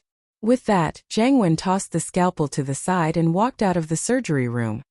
"Mingyao, don't even think about it anymore." With that, Jiang Wen threw the scalpel to the side and walked out of the surgery room. He wanted to stab Pinliang a few more times, but he was afraid that he'd damage his kidneys. A kidney could be sold for hundreds of thousands. That was money. The operation without anesthesia was already painful enough. If the kidney was removed without anesthesia, Pinliang would definitely die. After Jiang Wen left, the doctor gave Jiang Wen anesthetics, and soon, Pinliang lost consciousness. The doctor's movements were swift and precise. He cut off one of Pinliang's kidneys and had the tattooed man dump him at the entrance of Songshan's first hospital before leaving. If it wasn't for the fact that he didn't want the situation to get out of hand, Jiang Wen would have killed Pinliang directly. Fabai received a call from the hospital and heard that his son's kidney was cut off. He was furious and rushed to the hospital. His son was already awake on the bed. Fabai was shocked and angry at the same time. In Songshan there was someone who dared to do this to his son. Did they want to die? Pinliang saw that his father was here and started bawling. Losing one of his kidneys for no reason was a disaster from the heavens.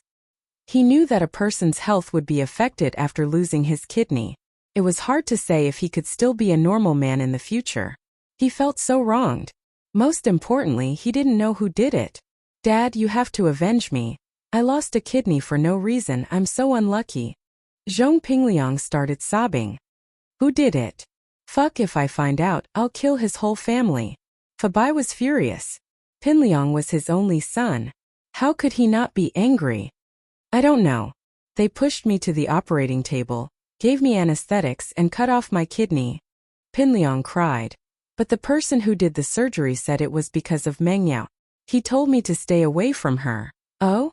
Meng Yao? Fabai was stunned. Could it be Peng Zhan? No, even if you were chasing after his daughter, he wouldn't cut off one of your kidneys, right? I think it must be. Even if it wasn't, it must have something to do with him. Pinliang wanted to keep it a secret, but after some hesitation, he decided to tell his father what he'd done earlier. Fabai's face turned ugly. Pinliang was too bold, wasn't he? He dared to kidnap Meng Yao? He even dared to threaten Peng Zhan?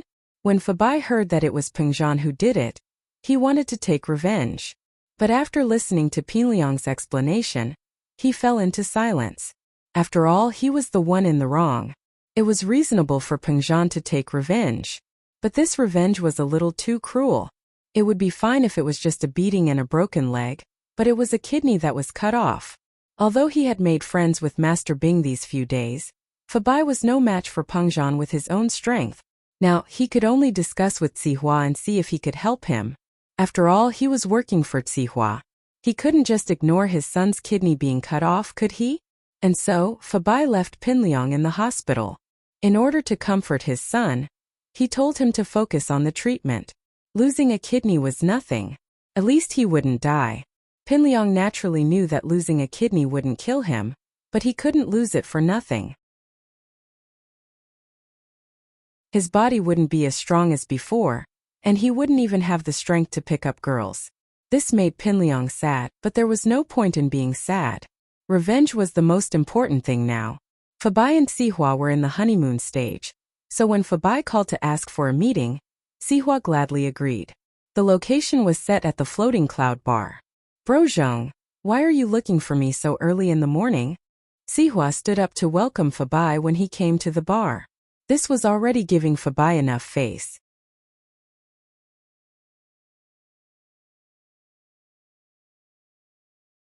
Chapter 560. Chapter 560. Trouble at Kang Xiaobo's house. Zihua bro, is Master Bing here? Fabai was relieved to see Zihua's enthusiasm. It seemed like there was still hope for him. Master Bing fought with 3 girls until midnight last night. He hasn't woken up yet, Zihua said casually. Fabai was considered one of his own now, so Zihua didn't hide anything. Hey, Master Bing is really something. We're no match for this kind of combat power. Zhong Fabai gave a thumbs up and complimented without showing any emotion. Of course, who is Master Bing? Zihua smiled faintly. Bro Zhong, do you need something from him? I don't need to trouble Master Bing with my matters. Zihua bro can help me. Fabai flattered. What is it? Tell me. Zihua didn't let Fabai's flattery get to his head. He asked directly. Zihua bro, this time Peng Zhan's really messing with my head.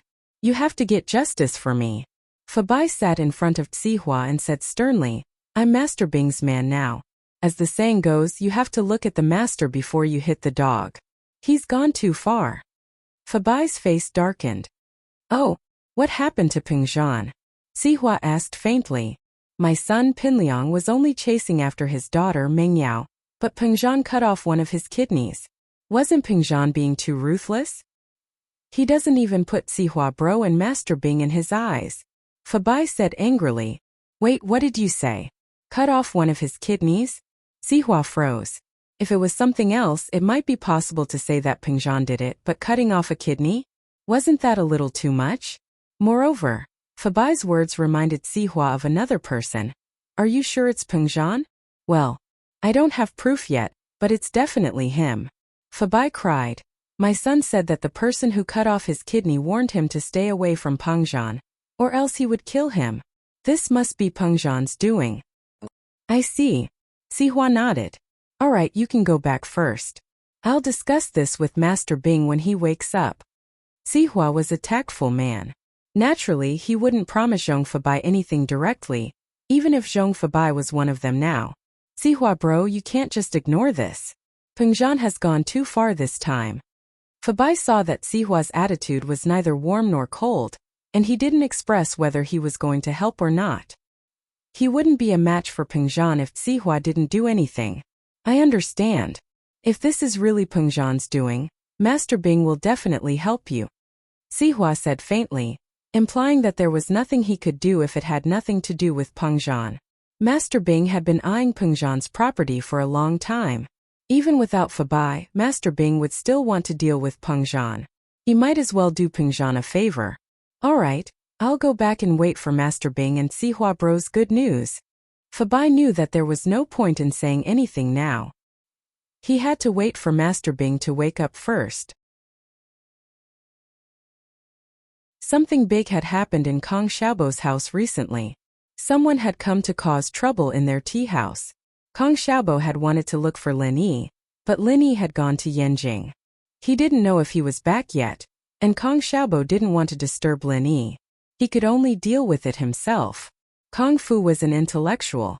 He had always been doing his business honestly, and his business was quite good.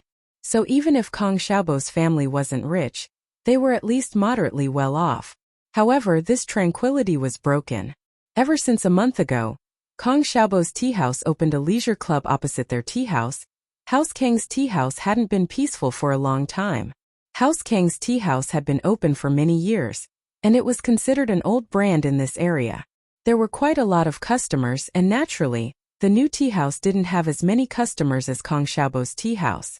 The owner of the tea house, Zhang Baji, got some gangsters to harass House Kang's tea house every day, making it hard for the tea house to continue doing business.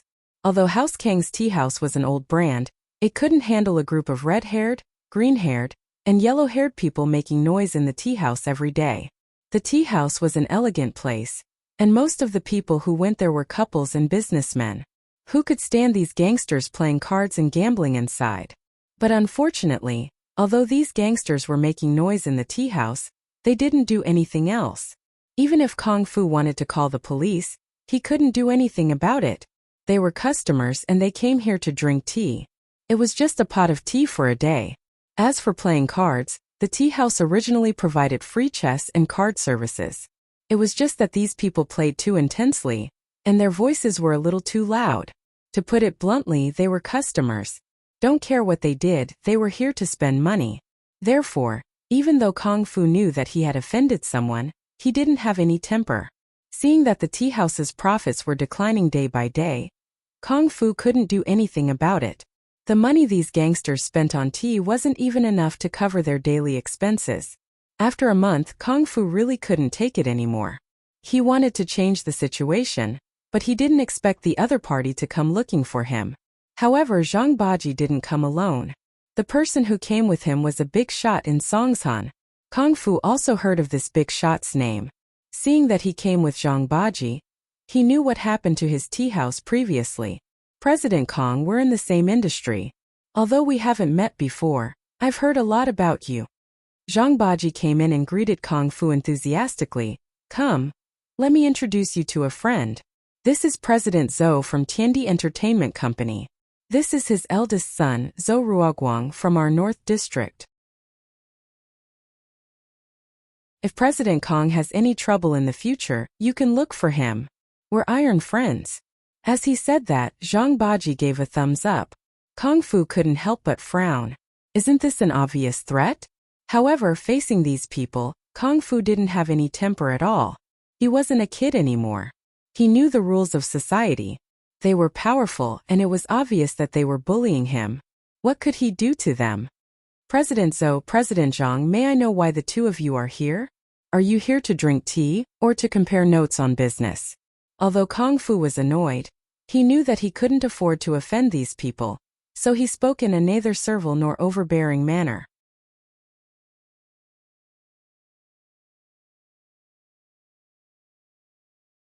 Chapter 561. Forced buying and selling. A trace of anger flashed in Mr. Kang's eyes, but he knew very well what would happen to him if he went against these people. At this moment he could only swallow his anger and smile apologetically. Brother Zo, don't be angry, I didn't mean that. Bro? What bro? How am I small? You motherfucker, are you looking down on people? Zhou Ruoguang slapped Mr. Kang's face with a pov sound, and 5 red marks appeared on his face directly. Kongmu heard the commotion and ran out. She was furious when she saw her man getting slapped. Who are you? Why are you causing trouble here? Kung Fu jumped when he saw Kongmu. He quickly gave her a look. These people were not people he could mess with. He introduced them with a smile. This is Mr. Zhang, this is Mr. Zhou, and this is Brother Zhou. Kung Fu didn't dare call Zhou Ruoguang little bro Zhou anymore. He could only call him Brother Zhou. Although it was infuriating to call someone younger than him, and not much older than his son, he couldn't do anything about it. Old Kong, what are you doing? They're here to cause trouble, aren't they? Call the police. I don't believe they're more powerful than the police. Kongmu panicked when she saw Kung Fu being so submissive. Ha ha ha ha. Zhou Tiandi laughed. Call the police? Of course. I'd like to see what the police can do to me. We're customers here to drink tea. You hit people. Kongmu pointed at Zhou Ruoguang. Hit people? Did you? Did you see that? Old man, did I hit you? Zhou Ruoguang glared at Kung Fu. No. No. Kung Fu knew that these hooligans couldn't do anything to them, even if they called the police. They didn't do anything to them. They only slapped them. It wasn't even a security issue. But when the police leave, you'll be in trouble. They'll come and harass you every day. Kongmu was stunned. She immediately realized that these people in front of her were not ordinary people who came to drink tea. If her man was afraid of them to this extent, they must have a strong background. However, she did not know the identity of these people, so she looked at Kung Fu with some doubts. Kung Fu sighed and walked over, whispering, Mr. Zhang is the owner of the level 8 tea house across the street. Mr. Zhou is Tiandi Entertainment's CEO. And that blonde is Zhou Ruoguang, the leader of the North District's gangsters. We can't afford to mess with him. What? It's them. This time Kongmu was shocked. Kongmu knew about Zhang Baji's dirty tricks, but she didn't expect his backer to be so powerful. Zhang Baji, Zhou Tiandi, and Zhou Ruoguang naturally saw Kongmu's expression.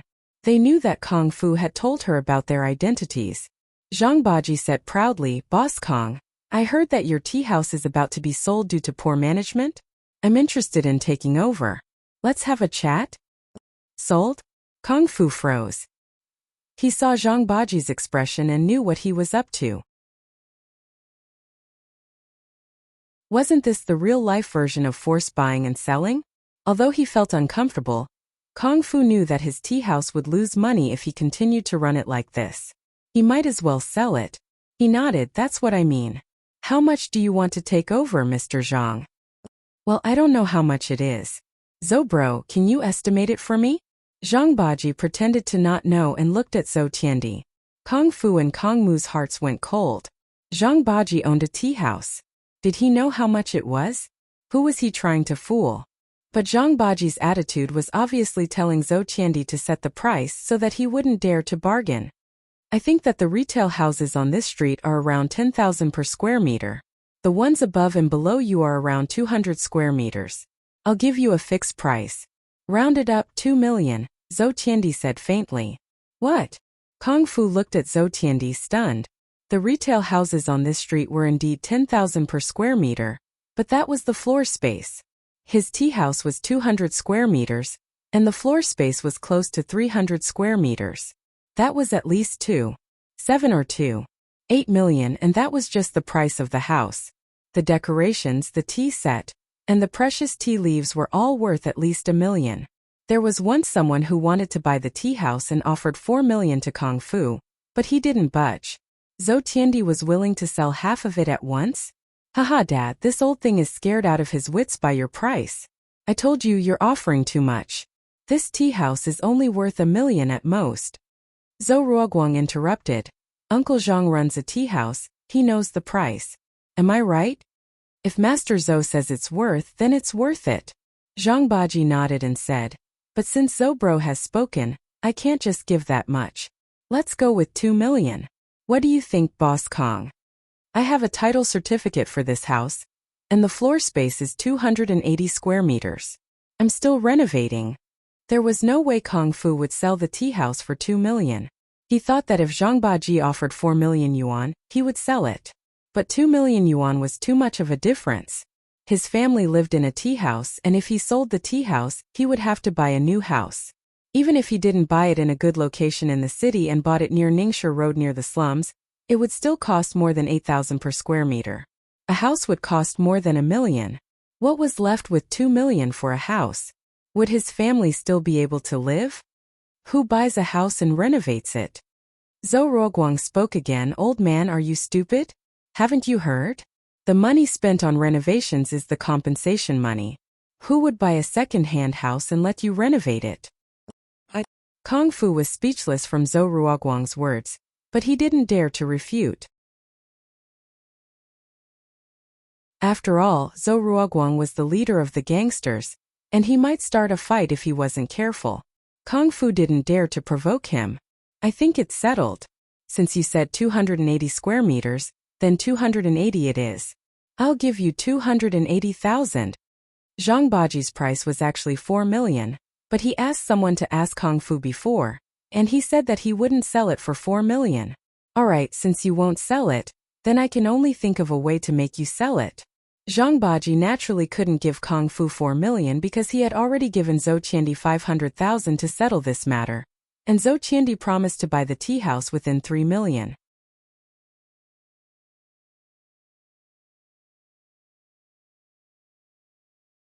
Chapter 562. Chapter 562. My boss is Lin. Zhang Baji laughed coldly in his heart. What were you doing earlier? You refused to sell when I offered you 4 million. And now you want to sell? But it was too late. The highest I can offer is 8 million. If you don't want to sell, then I can't do anything about it. You can sell it to someone else for 4 million, Zhang Baji said calmly. However, with the way your tea house is doing, I'm afraid no one will buy it. Kung Fu knew that Zhang Baji was threatening him. He was furious. He glared at Zhang Baji with bloodshot eyes. This wasn't a matter of cowering or being afraid. It was a matter of his family's future. Kung Fu was stubborn. You can't kill me if I don't want to sell, can you? Hence he said, don't bully an honest man. I don't want to provoke you, but that doesn't mean I'm afraid. Eh? Old man, did we bully you? Zhou Ruoguang looked at Kung Fu with interest. You don't want to sell, right? We'll come here every day to drink tea. When Kong Xiaobo returned to the tea house after school, he realized that the atmosphere wasn't right the moment he pushed the door open. When he heard that the person in front of him wanted to force his father to sell the tea house, he was furious. What were these people doing? Don't bully my dad. Kong Xiaobo ran over and stood in front of Kung Fu, glaring at Zhou Ruoguang, Zhou Qiandi, and Zhang Baji. Why did this person look familiar? Kong Xiaobo was taken aback. Zhou Ruoguang and Zhou Qiandi thought that Kong Xiaobo looked familiar as well, but they couldn't remember where they had seen him before. Kid, where are you from?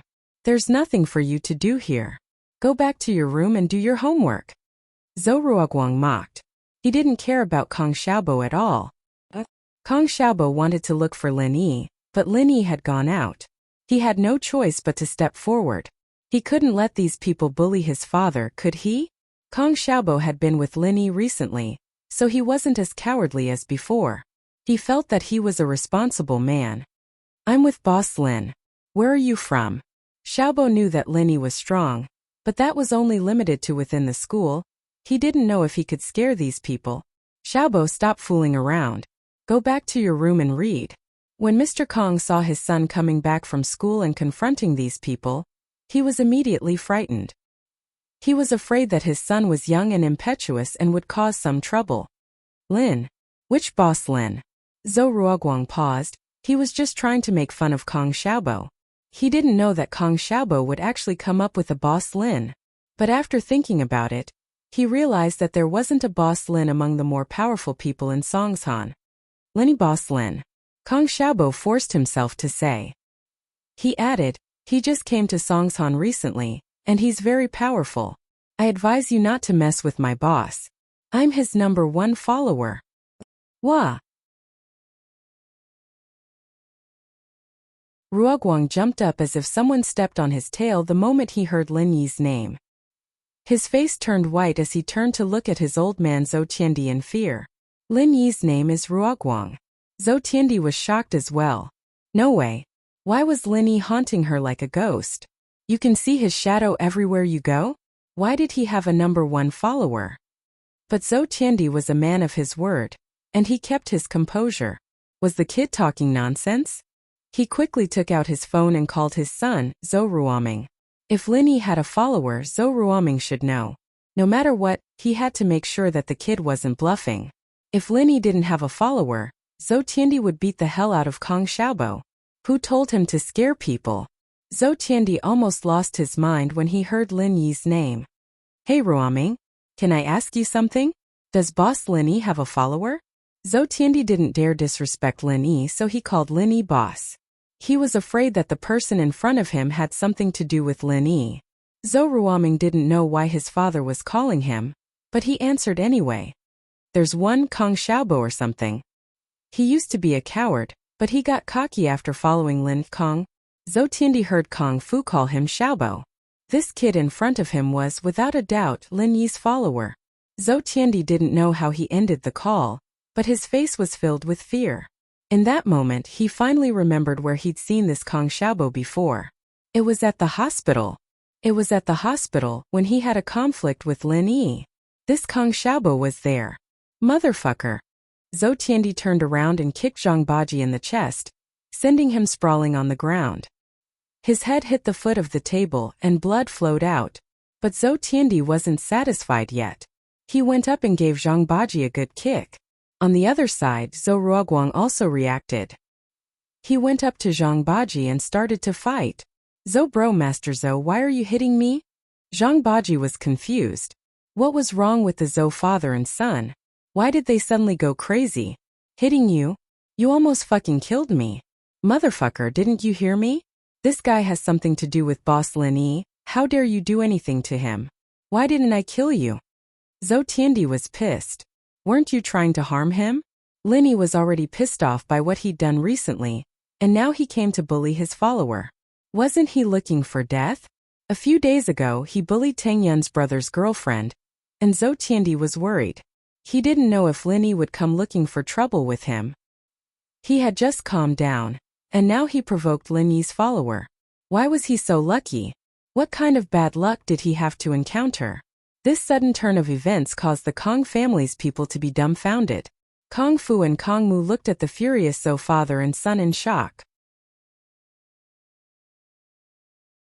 What surprised them even more was that when their son mentioned Lin Yi's name, the Zhou father and son immediately turned around and started beating up Zhang Baji.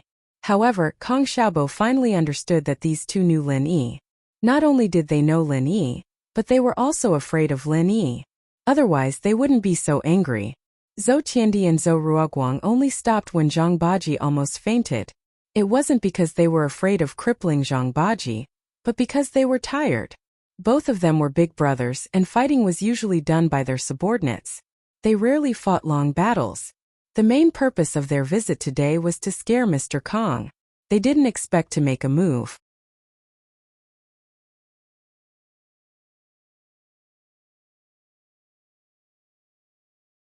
Chapter 563. Mystic Classmaster. Misunderstanding? Who hit my dad? Kong Xiaobo was furious. He saw the 5 fingers on his father's face the moment he entered the room. Now was the chance for him to vent his anger. I hit him. Bro Kong, it's an accident. I'm sorry. Zhou Ruoguang had no choice but to step forward. Your dad calls me Bro Kong and you call me Bro Kong too? Your family's seniority is messy. Kong Xiaobo finally found a chance to vent his anger. These people were bullying him. He did not dare to do anything in the past. But now he was Lin Yi's #1 follower. He was also a powerful person. Uncle Kong. I'm sorry. Please slap me. I didn't mean it. It's an accident. Zhou Ruoguang was afraid of Lin Yi. When he heard that Kong Xiaobo was unhappy, he immediately changed his words. Dad, you should do it. Kong Xiaobo wanted his father to vent his anger. Kong Fu's emotions were complicated. He was surprised that his son's classmate was so powerful. Why were the Zhou's father and son so afraid of him? But no matter what, he was excited and happy. Zhou Ruoguang, who asked him to call him brother just a moment ago, was now his grandson, because he called his son uncle. However, Kong Fu was not a brute. He did not plan to let Zhou Ruoguang off. He said sarcastically, "Forget it." Brother Zhou said that he didn't mean it. "I'm sorry, bro Zhou. I said it wrong again. It's not brother Zhou, it's brother Zhou, huh?" Zhou Ruoguang's face turned purple. "I'm a bro. Isn't he mocking me?" But after a moment's hesitation, he understood that Father Kong was really mocking him. Zhou Ruoguang was not stupid. He kneeled on the ground. "Grandpa Kong, I'm not a bro. I'm a grandson in front of you. It was a child. Please don't lower yourself to a child's level. Ruoguang, since Bro Kong and Uncle Kong aren't doing anything, you can slap yourself." Tiandi wanted to calm Kong Xiaobo down a little, so he decided to let him slap himself. Yes. After Zhou Ruoguang heard it, he slapped himself in the face with a clear and loud sound. "Brother Kong, Uncle Kong, I'm sorry. I'll definitely give you an explanation. Don't worry, I will definitely make that 8th grade tea house disappear." If Zhou Tiandi wanted to escape, he had to give House Kong an explanation. "I was tricked by Zhang Baji, I won't forgive him." Kong Xiaobo didn't want them to stay either, so he sent them away after hearing Tiandi's words. After Tiandi left, Kong Fu and Kong Mu let out a sigh of relief. But they still dragged Kong Xiaobo along, asking him about Lin Yi. Kong Xiaobo didn't know much, so he could only pick out some things that happened in school. After 3 days of recovery, Lin Yi's strength had returned to the late phase of the golden class, but there was still some distance between him and the peak of the late phase of the golden class. In fact, on the second night, Lin Yi had already recovered to the late phase of the golden class, but on the third night, he seemed to have stagnated. Lin Yi was a little depressed. On the fourth night, Lin Yi couldn't help but ask Zhao Yazi, "Zhao Lao, why is the energy in my body not increasing?" "I don't know." Zhao Yazi's voice gave Lin Yi a rude awakening. No way." Lin Yi sweated. "Well, our arts are different, and I haven't practiced the art of dragon mastery before.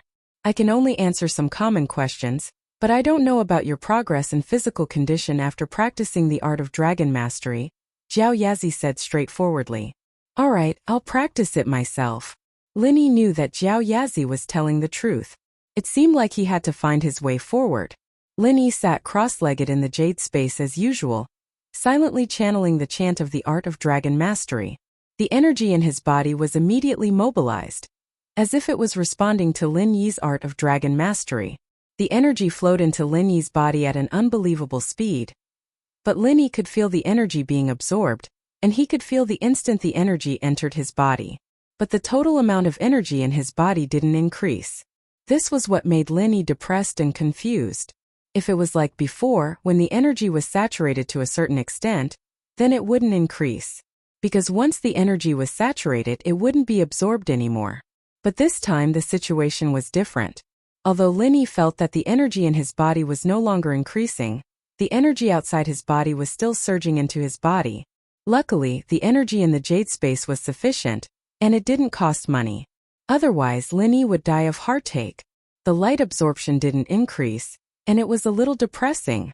It was like a skinny man eating delicacies every day, but he didn't gain any weight. However, regardless of whether it was depressing or not, since Zhao Yazi didn't know, Lin Yi could only explore and continue to practice. Anyway, he didn't know where the energy was absorbed, and Lin Yi didn't have anything else to do. So he treated it as a way to kill time. Time passed second by second, and the sky was already bright. The night was almost over. Lin Yi was still crazily absorbing energy in the jade space. Just when Lin Yi wanted to stop cultivating and return to reality, he suddenly realized that the energy around him was still surging into his body at the same speed. Lin Yi's heart skipped a beat, but he suddenly remembered the first time he entered the jade space. This situation happened once, and that was when the art of dragon mastery broke through the first stage to the second stage. Could it be that I'm going to break through this time? Thinking of this, Linny was surprised and happy, and his heart felt a lot more at ease. After all, Linny knew that this must be the sign of a breakthrough. Boom! Linny's body finally couldn't withstand the huge amount of energy, and it felt like it was going to explode. However, Linny wasn't afraid. An unprecedented feeling of energy surged into Lin Yi's body. This was a very mysterious feeling, and he had never felt it before. In an instant, Lin Yi felt that not only was the energy in his body more abundant than ever, but his movements also seemed to have become much more agile. As for how agile, Lin Yi didn't know because everything was just a feeling, and he didn't put it into practice.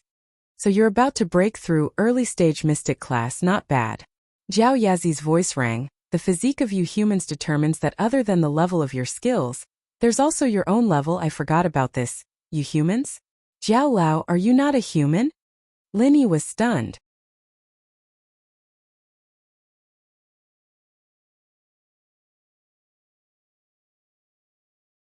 Chapter 564. Meeting an old Taoist. I don't think so.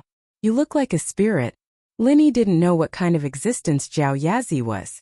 Theoretically speaking, he was no longer a human. Congratulations, you got it right. Zhao Yazi nodded. I'm a ghost. Are you afraid? Lin Yi was speechless. He didn't know how much time he spent on the breakthrough, but suddenly he heard footsteps coming from outside the room. Lin Yi jumped and quickly came back to reality from the jade space. He looked at the alarm clock on the bedside. It was already 6:30 a.m. He usually woke up at this time, but because of the breakthrough today, he was delayed for a while. Lin Yi put on his clothes and pushed the door open. He saw Meng Yao and Yushu talking in the kitchen. Why didn't Shield Bro prepare breakfast today? Yushu rubbed her abdomen with one hand as she searched the table with the other. Did you hide it somewhere? Alright, Shu. Lin Yi hasn't woken up yet. He rushed back to save us. He must be tired after the past 2 days. Let's go to school and have breakfast. Meng Yao shook her head. Oh Yao sis, are you worried about Shield Bro? Yushu was startled and looked at Meng Yao curiously. Meng Yao blushed and coughed. Why would I be worried? He's our savior, so we have to treat him better. Oh okay. Yushu nodded. But the school's breakfast isn't good. We should ask Uncle Chu to get a new manager. That manager is a relative of mine. We can't change him. Meng Yao said. Alright, we're graduating soon anyway. We can't eat too many times. Lin Yi stood at the door and smiled. The miss is still the same. She always cares about people behind their backs but acts cold on the surface. It's still early. I'll make something for you guys. Lin Yi walked out of the room and went to the kitchen. You're awake? Meng Yao jumped in fright, her eyes wide open. Did he hear what she just said? Meng Yao felt shy and looked at Lin Yi fiercely. Why didn't you make a sound? Are you trying to scare me? Ha! Lin Yi didn't say anything and went to the kitchen. Li Fu had bought a lot of half-finished products ever since he moved into the villa. He opened the freezer to find some frozen dumplings, and took one out and put it in a steamer basket. He then took out some daylily and enoki mushrooms from the freezer compartment, washed them clean, and cut them into sections.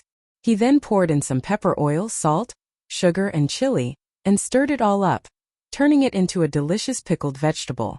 On the other side, the soup dumplings were done as well. Lin Yi quickly picked them up from the pot and placed them on the table with the pickled vegetables. Alright, time to eat. Wow, as expected of Shield Bro, you're amazing. Yushu had been starving for a long time, and she reached for the bun. Shu, how can you eat like that? Didn't you wash your hands when you peed? Meng Yao stopped her. I think I didn't pee on my hands. Yushu blushed a little. Think? Meng Yao asked. Just a little bit. I got it on my hands when I was wiping them. Yushu stuck her tongue out. Then why aren't you washing your hands? Meng Yao glared. Then this dumpling. You can have it, Yao Yao. Yushu wanted to give the dumpling to Meng Yao. I don't want it.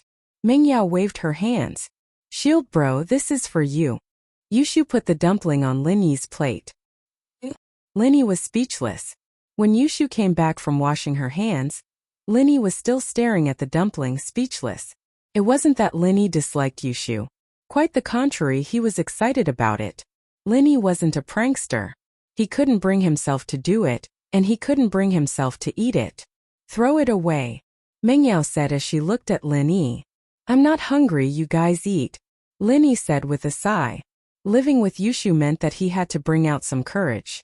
Yushu seemed to have realized that something was wrong with Linny. She looked at Linny, and then at the dumpling in front of Linny. She started laughing. Haha. Shield bro, I used my left hand to hold the dumpling, and I used my right hand to pee. With that, Yushu took the dumpling in front of Linny and took a big bite. It tasted really good. Linny and Mengyao looked at each other. They could see the helplessness in each other's eyes. After breakfast, Faubert came to pick Mengyao and Yushu up. Linny, on the other hand, drove his crappy van. Linny was feeling pretty good after breaking through from Golden to Mystic. Mystic masters were rare in the common world now, weren't they? He wouldn't be afraid of Gonggao the next time he saw him. Physical practitioners were always a little weaker than spiritual practitioners. It wasn't a big difference, but there was still a difference. Linny was feeling happy when he turned his head. He jumped in shock. This was because, in the van that originally had only one person, an old man had sat in the front passenger seat without anyone noticing. The old man was dressed very fashionably, in a t-shirt, jeans, sunglasses, and slicked back hair. Shit! Linny slammed on the brakes. Who are you? How and when did the old man get in the car? Linny didn't notice at all.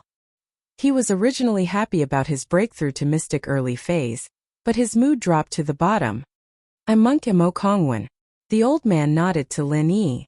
Amateus Buddha. Amateus Buddha? Are you a Taoist or a monk?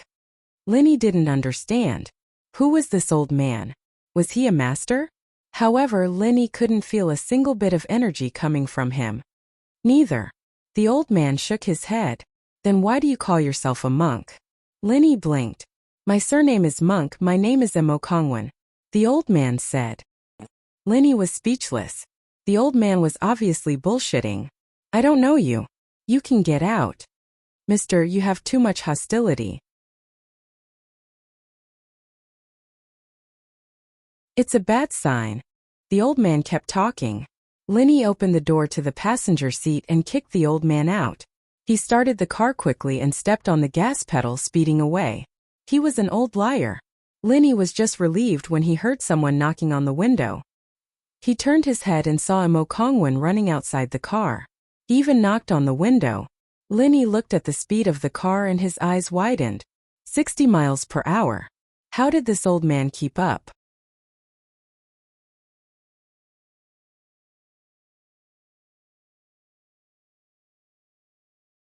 Chapter 565. Chapter 565. Not coming to school. Linny felt that there was something wrong with this old man. He immediately stepped on the gas pedal. Mo Kongwen gave Linny an unfathomable feeling. Linny didn't want to have anything to do with him.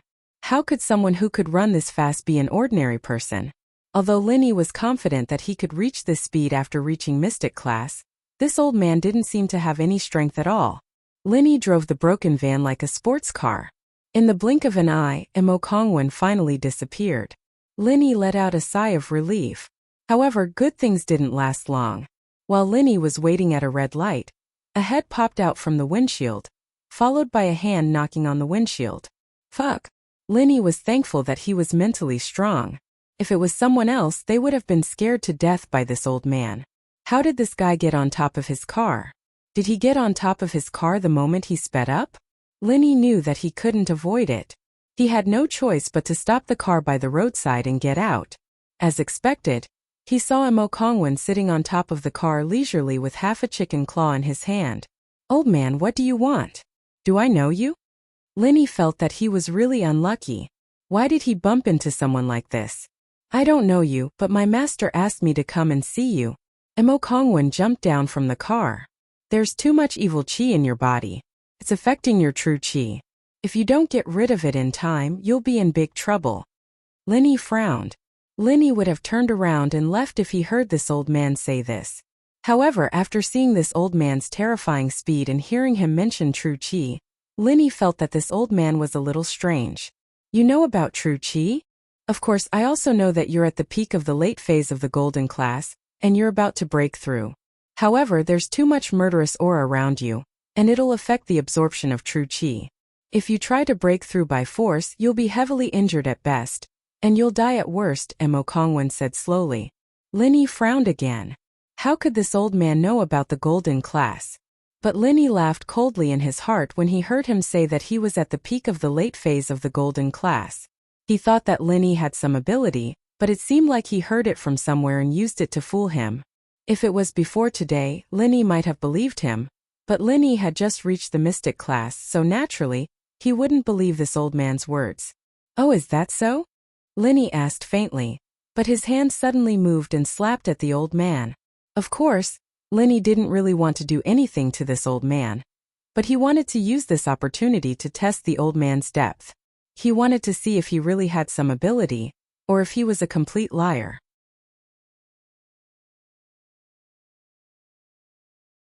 Mo Kongwen saw Linny's attack, but he didn't care and casually blocked it.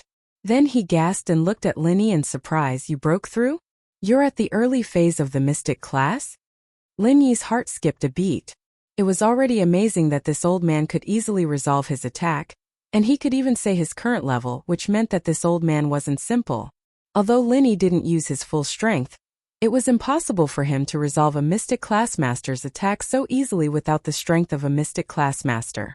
But what kind of level was this old man at? Linny was really shocked. When Linny was at the golden class, he could clearly see Wu Gonggao's strength.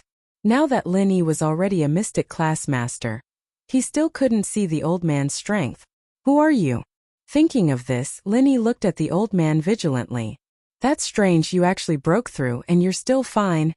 Mo Kongwen looked puzzled and shook his head. Master said that you're in danger. He wouldn't lie to me, right? Old man, what are you talking about? Who's your master? Linny asked. You're fine, goodbye. Mo Kongwen waved his hand, turned around and ran away. In an instant he turned into a shadow and disappeared from Lin Yi's sight. Linny was envious of this speed, but he couldn't catch up even if he wanted to. Although he was a little surprised by Mo Kongwen's identity, Linny couldn't do anything about it. Fortunately, Mo Kongwen didn't seem to be hostile towards him, and he really wanted to help him. After all, he was only at the late stage of golden class yesterday, and he only broke through in one night. And this master that Mo Kongwen mentioned actually knew him so well. This made Linny wonder who this master was. However, these questions couldn't be answered for the time being, because Mo Kongwen had disappeared. There was no point for Linny to think about it, so he could only put these strange things to the back of his mind. He returned to the car and drove in the direction of the school. After the first class in the morning, Linny went to grade 12 class 9 to look for Tang Yun. But unexpectedly, Tang Yun didn't come to school today. Linny then called Tang Yun's phone, but it was still turned off. He wanted to ask Lu Xinwen, but she didn't come to school either. This time Linny was a little confused. Did the two of them make an appointment? Why didn't they come to school? But no matter what, Linny couldn't find them, so he could only go back to the class. Kong Xiaobo was eager to tell Linny about yesterday's encounter, but Linny went out after class. When he saw Linny coming back, Kong Xiaobo wanted to say something, but the homeroom teacher, Ms. Liu, walked to the podium and said, "Everyone, please be quiet. I have something important to tell you." The class immediately quieted down. Although it was the end of class, no one dared to disobey the homeroom teacher. Let me tell you a piece of unfortunate news. Our classmate, Zhong Pingliang, was kidnapped by unknown people yesterday morning outside the school. One of his kidneys was removed, and he was placed in front of the Songshan First People's Hospital. Ms. Liu just received a call from Zhong Fabai, and it was to ask for leave for Zhong Pingliang. What dash, the whole class was in an uproar. This news was too shocking. Such a tragedy happened to Zhong Pingliang. This made the students sympathize with him, but at the same time, they were worried that something like this would happen to them. Although the 12th year students didn't really care about the news, they were aware of the recent cases of homeless people, beggars, and disabled people who were kidnapped and had their kidneys cut off. After all, the rumors spread like wildfire, and it was scary.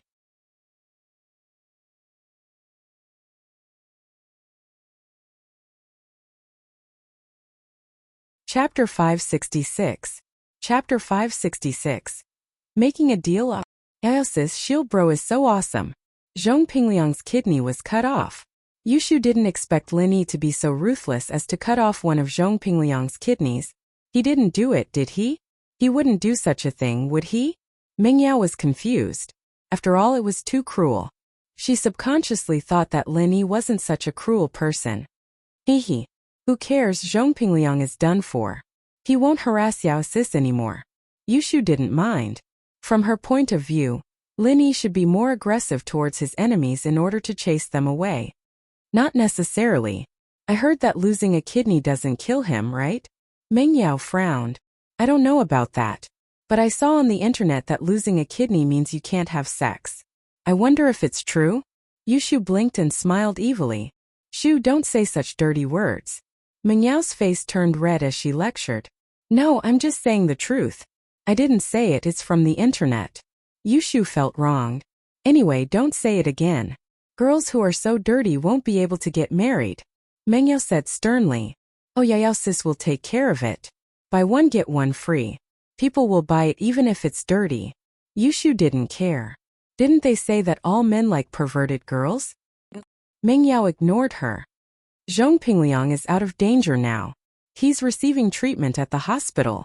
I want to organize a group of students to visit Zhong Pingliang in the hospital. Everyone is free to participate. Those who don't want to go can study in the classroom. Ms. Liu continued. I've already arranged for a bus. It'll be here soon.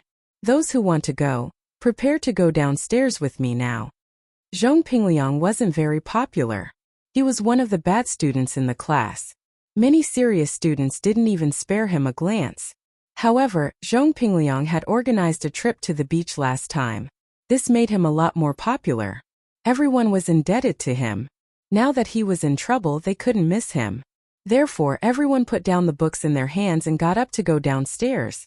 After Fabai left, Sihua pondered for a bit before calling Zhang Wen. Master, and do you know Fabai?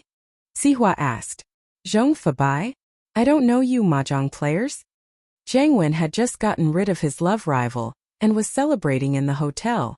No, he's someone with some power in Songshan. His son's called Zhong Pingliang, Sihua said. Zhong Pingliang? Zhang Wen interrupted Sihua before he could finish. Sihua bro, you're not here to scold me, are you? But I can tell you that I was the one who cut off Pinliang's kidney.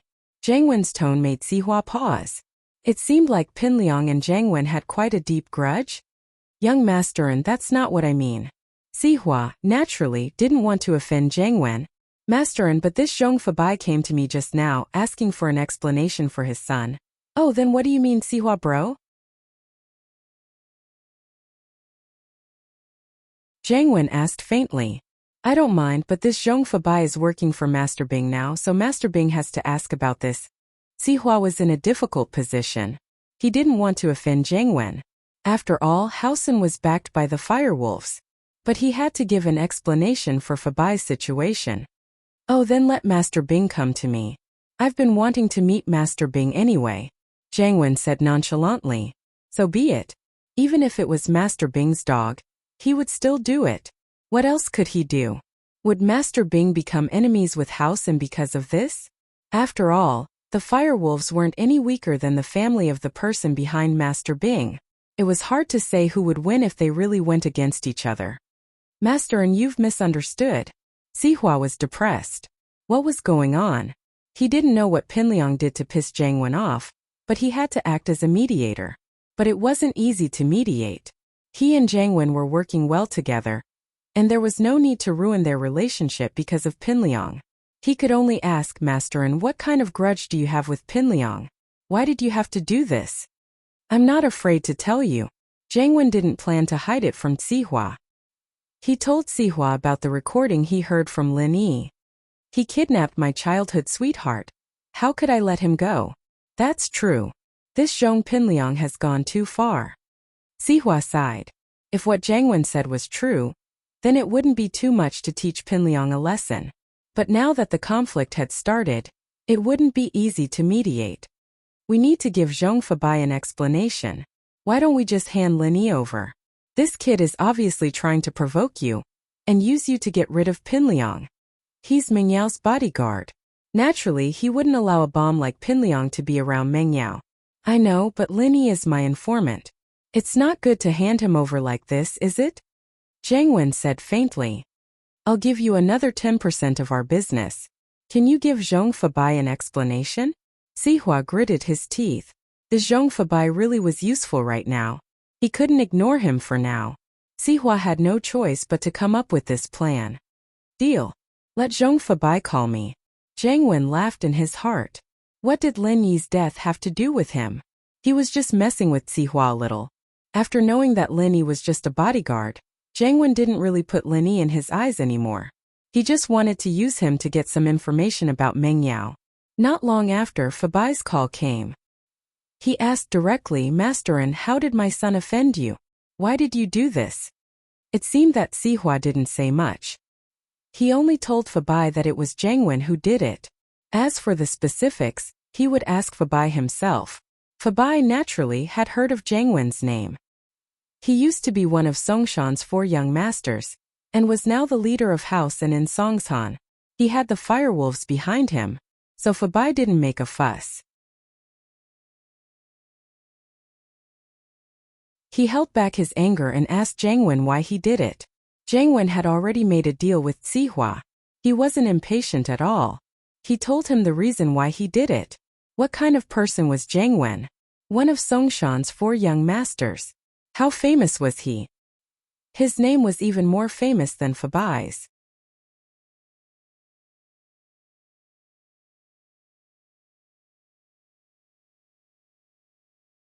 Chapter 567. How to deal with him. Fabai didn't have anything else he could do. He didn't dare to offend Jiang Wen. He was someone who was on par with Master Bing, and he had the support of the firewolves. Who would dare to offend him? Although Fabai dared to call himself one of the big bosses of Songshan City's underworld, he was just a small fry compared to the firewolf gang. It was Lin Yi who instigated me to do this. Lin Yi is Meng Yao's bodyguard. In the end, Jiang Wen pushed the blame to Lin Yi for Sihua's sake and told Fabai to take revenge on Lin Yi. Fabai now had a way out. He didn't dare to go against Jiang Wen, but against a small bodyguard, wasn't it a piece of cake? With that in mind, Fabai didn't dwell on Jiang Wen's actions anymore. Masterin, my son's actions are indeed offensive, but can you please return the kidney to my son for the sake of Master Bing and Sihua bro? Fabai asked. Return the kidney? Jiang Wen smiled coldly. How was that possible? The kidney had been sent abroad to find a recipient. Why would it be returned to him? I'm sorry, Mr. Zhong. I was so angry that I fed your son's kidney to the dogs. I'm really sorry. Jiang Wen naturally wouldn't reveal the kidney company behind him. Fabai froze, but he didn't suspect anything. If it was him, he wouldn't keep his enemy's kidney and put it back, right? Fabai could only accept his bad luck. He wouldn't die from losing a kidney anyway. It was better to find a way to take revenge on Lin Yi. Although he wanted to kill Jiang Wen to vent his anger, he was no match for him. After hanging up the phone, Fabai told his son the truth. His son was the victim, so he had the right to know. On one hand, Fabai wanted to warn his son not to do anything reckless. He needed to think about the consequences before doing anything. He only had 1 kidney left. That's what happened. Jiang Wen did it, but he said that it was Lin Yi who told him. Fabai said gloomily. Who is Jiang Wen? Yes, I vaguely heard someone call him Young Master One. Pinliang had woken up by now. Losing a kidney was serious, but it wouldn't affect his life. Jiang Wen used to be one of the 4 young masters of Songshan, and Yushu's brother, Chan Yutian, is the leader of the 4 young masters. Fabai sighed. None of them can be underestimated. It's not that I'm belittling myself, but compared to them, I'm still far behind. This time, Yushu's brother didn't cause you any trouble. Otherwise, you might have lost your other kidney. He had to scare his son. Otherwise, who knew what kind of trouble this kid would cause? Zhong Pingliang's face changed instantly, and he started to feel scared. He remembered what happened to Wu Xiaocan. Chun Yutian broke both of Wu Xiaocan's legs. Son, we can only endure this hatred for now. Fabai said we're no match for Jiang Wen. He has the firewolves behind him. Even Master Bing has to give him face. We can only take this lying down. Dad, I understand.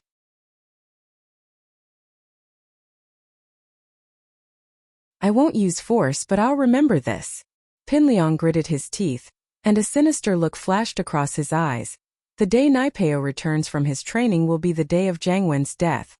Yes, a little impatience will spoil a great plan. We must endure it. Fabai nodded. Right, Dad, you said that Linny gave you the information? How does Linny know Jiangwen? Why would he do that? Pinliang suddenly remembered what his father said about Lin Yi. This kid is Mengyao bodyguard. Fabai said. He's the one who told Jiangwen about Mengyao. What? He's Mengyao bodyguard? Pinliang froze. How could Lin Yi be Mengyao bodyguard? The two of them didn't seem to be on the same wavelength. What was going on? Yes, he's hired by Pengzhan to protect Mengyao and Yushu in the dark. Fabai nodded. Every debt has a debtor. But this time we can only target Pengzhan and Lin Yi. We can't touch Pengzhan for now, but as for Lin Yi, we can make an example out of him. Fuck. Pinliang almost jumped up from his bed. I was wondering why Yushu had Lin Yi's photo in her phone. So he's Mingyao's bodyguard. Fuck, I didn't realize this. This kid always seems to be ruining things between Mengyao and me in school. So he's Mingyao's bodyguard. This kid sure is good at hiding his strength. Son, Mengyao isn't your type. Don't go after her anymore. Fabai sighed. Jiangwen isn't someone we can touch right now. We'll focus on Lin Yi first. We'll think about other things when we're stronger. Dad, I understand. At this point, Pinliang understood that it was impossible for him to pursue Mengyao. At least, it was impossible before Zhang Naipeo appeared out of nowhere. As reluctant as he was, Pinliang gritted his teeth. A man doesn't have to worry about not having a wife. Dad, don't worry. I'll endure it until the day we get rich. Yes, that's right. We'll take revenge for this. But for now, we can only live under Master Bing's protection. Fabai nodded, pleased. Right, Dad, that Lin Yi isn't weak. We need to deal with him. Pinliang was still worried about Lin Yi's skills.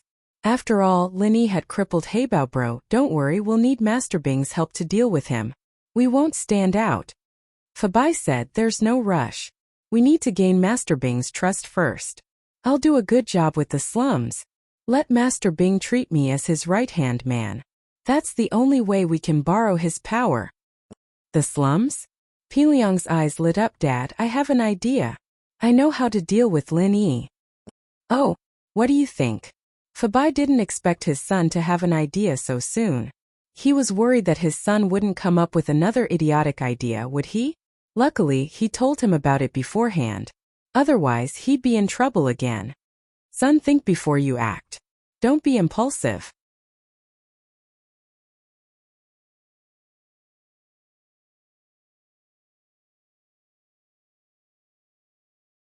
Chapter 568.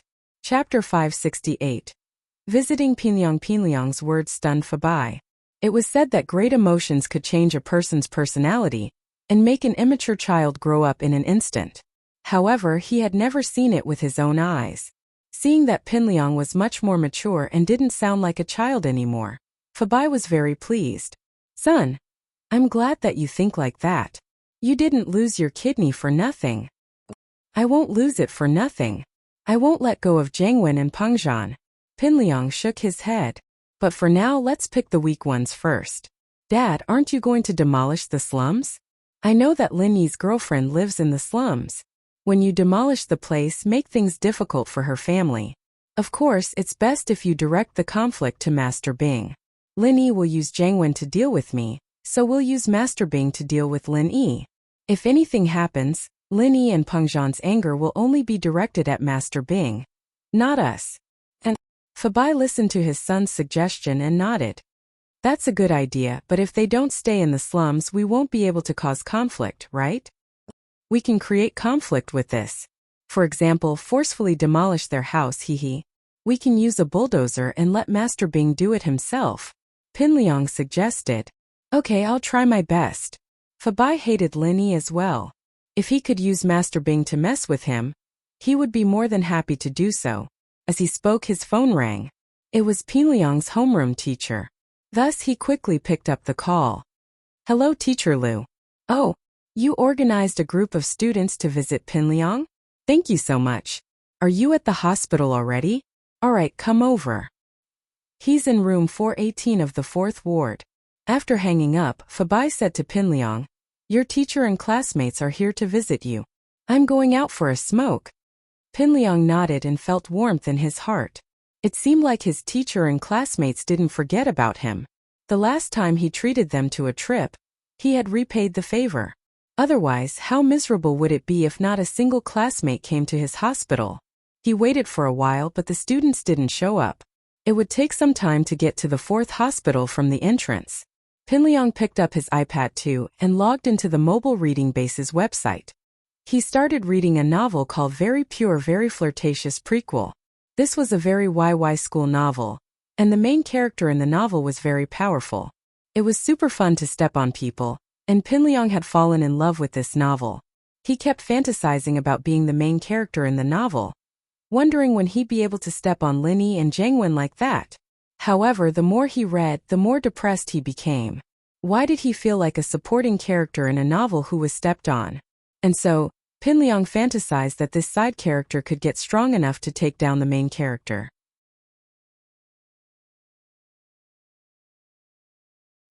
He didn't know how long had passed, but when he was enjoying himself, footsteps came from outside the ward. Then the ward door was pushed open, and his classmates filed into the ward. Pinliang put his apple aside and raised his head with a smile. Although he saw Yushu and Mengyao walking in front of him, he didn't see anything wrong with their presence. He had learned how to hide himself, and he wasn't surprised that Mengyao and Yushu were rescued safely. If they weren't, Jangwon wouldn't dare to act recklessly. As for the process of being rescued, Pinliang didn't think about it. It was meaningless. Oh, Liangyi, I heard that you lost a kidney? Yushu exclaimed as soon as she entered the ward. Does that mean that I'm not a man anymore? Pinliang heard Yushu's words and felt embarrassed, but he didn't throw a tantrum. After all, he was the one who kidnapped them first. Yushu was probably here to insult him. But Yushu's expression was innocent, and no one would think that she was insulting him. Ahem, Shu, don't talk nonsense. Of course he's a man. He just doesn't have a kidney.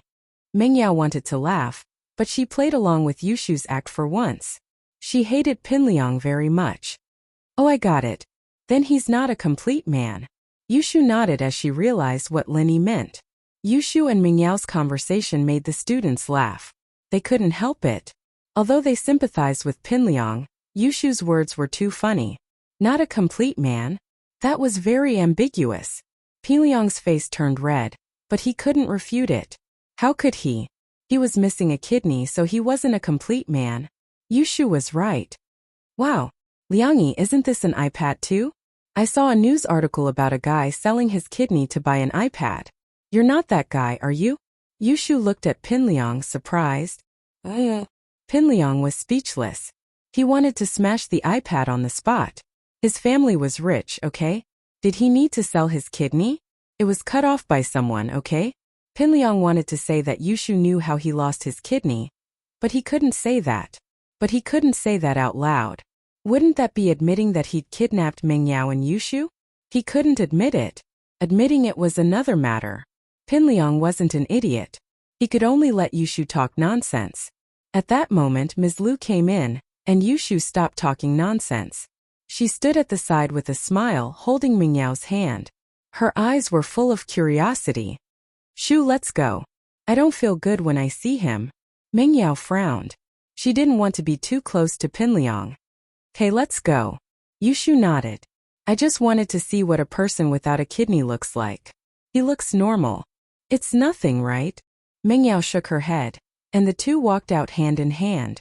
Linny didn't go forward at all. He only followed Mengyao and Yushu. Pinliang didn't have much of a relationship with most people. They only came to see him out of sympathy.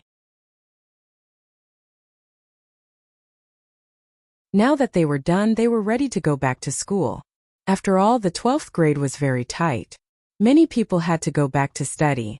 Xiaofu came with everyone, trembling. He didn't know the truth behind Pinliang's kidney being cut off, but he had a feeling that it had something to do with Mengyao kidnapping. He was scared that he would be the next target.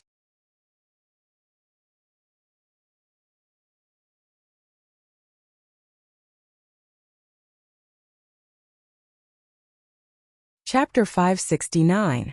The Secret Theft Plan. Fuck, who else could it be? It's all because of Meng Yao, Pinliang said hatefully. But it wasn't Pingzhan, it was someone else. Have you heard of the Songshan Four Young Masters? Yeah, but wasn't that a long time ago? Didn't they all go their separate ways now? Xiaofu said. It was one of the four young masters, Zhang Wen. I didn't expect Meng Yao to be his childhood sweetheart. Looks like I've fallen into his hands this time, Pinliang said helplessly. Looks like I can't get back at him anymore. No way, he's that strong. Xiaofu paused. What do we do? What else can we do? Just bear with it for now, Pinliang said faintly. Don't worry, it's over. You won't be dragged into this. Liang bro, that's not what I meant. I'm not scared, it's just that this is too cruel. Cutting out a kidney for you, Xiaofu said, but he was afraid. Forget it, we'll just keep quiet from now on. Let's see who dares to go against us after Naipeo leaves the mountain, Pinliang said, gritting his teeth. Yeah, who do we have to be afraid of when Naipeo comes back? We'll be the new Songshan Three Young Masters. We'll kill whoever dares to go against us. Xiaofu was looking forward to Naipeo as well. Alright Xiaofu, focus on your studies. Let's not cause any more trouble for now, Pinliang said. Pinliang didn't mention that he was going to cause trouble for Lin Yi through Master Bing. He was afraid that Xiaofu would leak it out. Pinliang was much calmer now. Donghai, Dr. Kang's villa. Dr. Kang's face was very unfriendly. House Kong didn't get anything out of this auction at all. Not only did they buy a pill of life extension and toxin cleansing at a high price, but they also spent most of their money. That was not all. The most important thing was that there was basically no hope for him to become an aristocratic family. The skin-beautifying golden creation, which they had high hopes for, became dispensable in front of the special edition injury medicine from Miracle Dr. Guan's medical company. The 1,000-year snow lotus that they bought at a high price might not even be able to recoup the cost. Grandpa, I think Grandpa must have given the formula to Kong Xiaobo. Otherwise, why would Miracle Dr. Guan's company have the formula for the injury medicine and the special edition? Xiaolong said carefully as he looked at his grandpa who was walking around the room. I've asked. Boss said that he hasn't seen the formula. Kong Xiaobo doesn't have any formula either. Dr. Kong shook his head. I know Boss's character. If he wanted to make money, he wouldn't have quarreled with me in the first place. Grandpa, times have changed. Kong Mingming stood up and said at that time Big Grandpa didn't have a grandson, so he didn't think too much. He only thought about himself. But now he was thinking about the future of his children and grandchildren. Look at how pitiful Kong Xiaobo is right now. His women are all my leftovers. Big Grandpa wouldn't want his grandson to be poor, would he? That's why he gave the formula to Kong Xiaobo. But he's afraid of losing face in front of you, so he won't admit it to you. Xiaoming, what you're saying is possible. Dr. Kong nodded. Then what do you think we should do?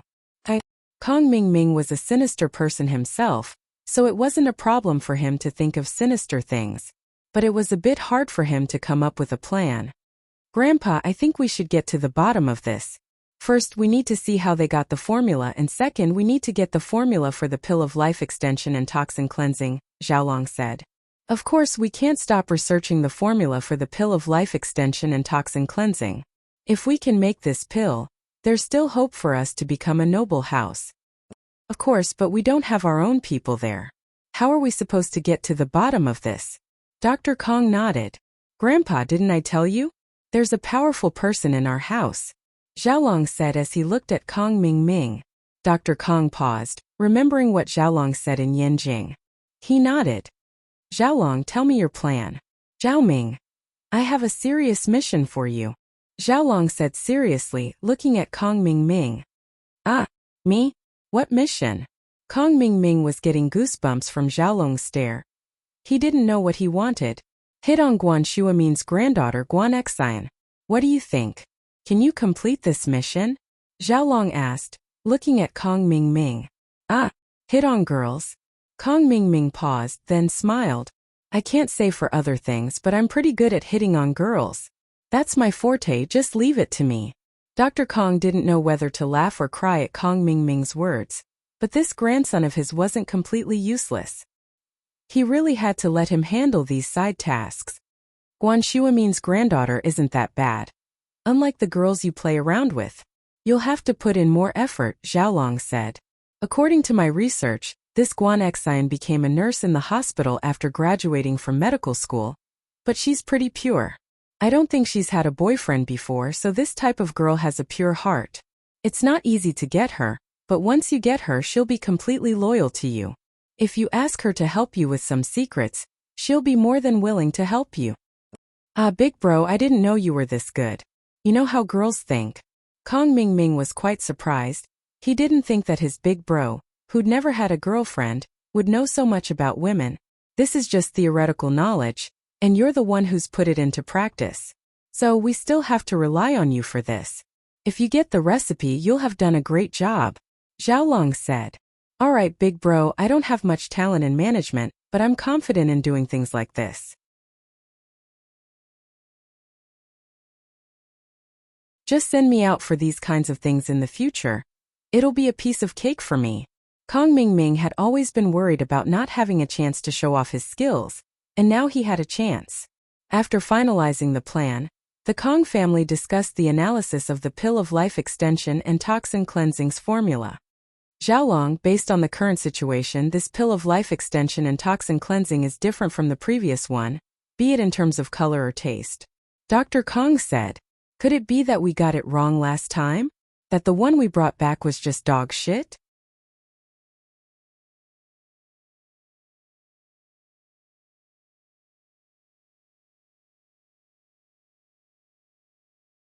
Chapter 570. Chapter 570. Eaten by dogs. This time we can't afford to make any more mistakes. We need to work hard on researching the ingredients of the Pill of Life Extension and Toxin Cleansing. If we have the recipe, there's still hope for us to become a noble house, Dr. Kong said. Grandpa, what about me and Wang Xinyan? Xiaolong hadn't planned on interacting with Wang Xinyan at first, but things had changed so quickly. Becoming a noble house was a sure thing, but it was all gone in the blink of an eye. This made Xiaolong very depressed. We still have to interact with her. Our family is in a troubled state right now, and we can't cut off contact with the Xiao family. Dr. Kang's voice was filled with helplessness. Xiaolong nodded. He was still very interested in Wang Xinyan, but he couldn't decide how far he should go with her because of the benefits of his family. He was afraid that House Kong would become too powerful, and he would be tied down by Wang Xinyan. He was also afraid that House Kong would lose the support of the Xiao family and become even more miserable. And so Xiaolong didn't get a good night's sleep. He woke up early in the morning, planning to bring the Pill of Life Extension and Toxin Cleansing to the lab to study its ingredients. If he really couldn't figure out what it was, then he'd have to go back to Wang Xinyan. He came to the living room, where his grandpa had placed the pill yesterday.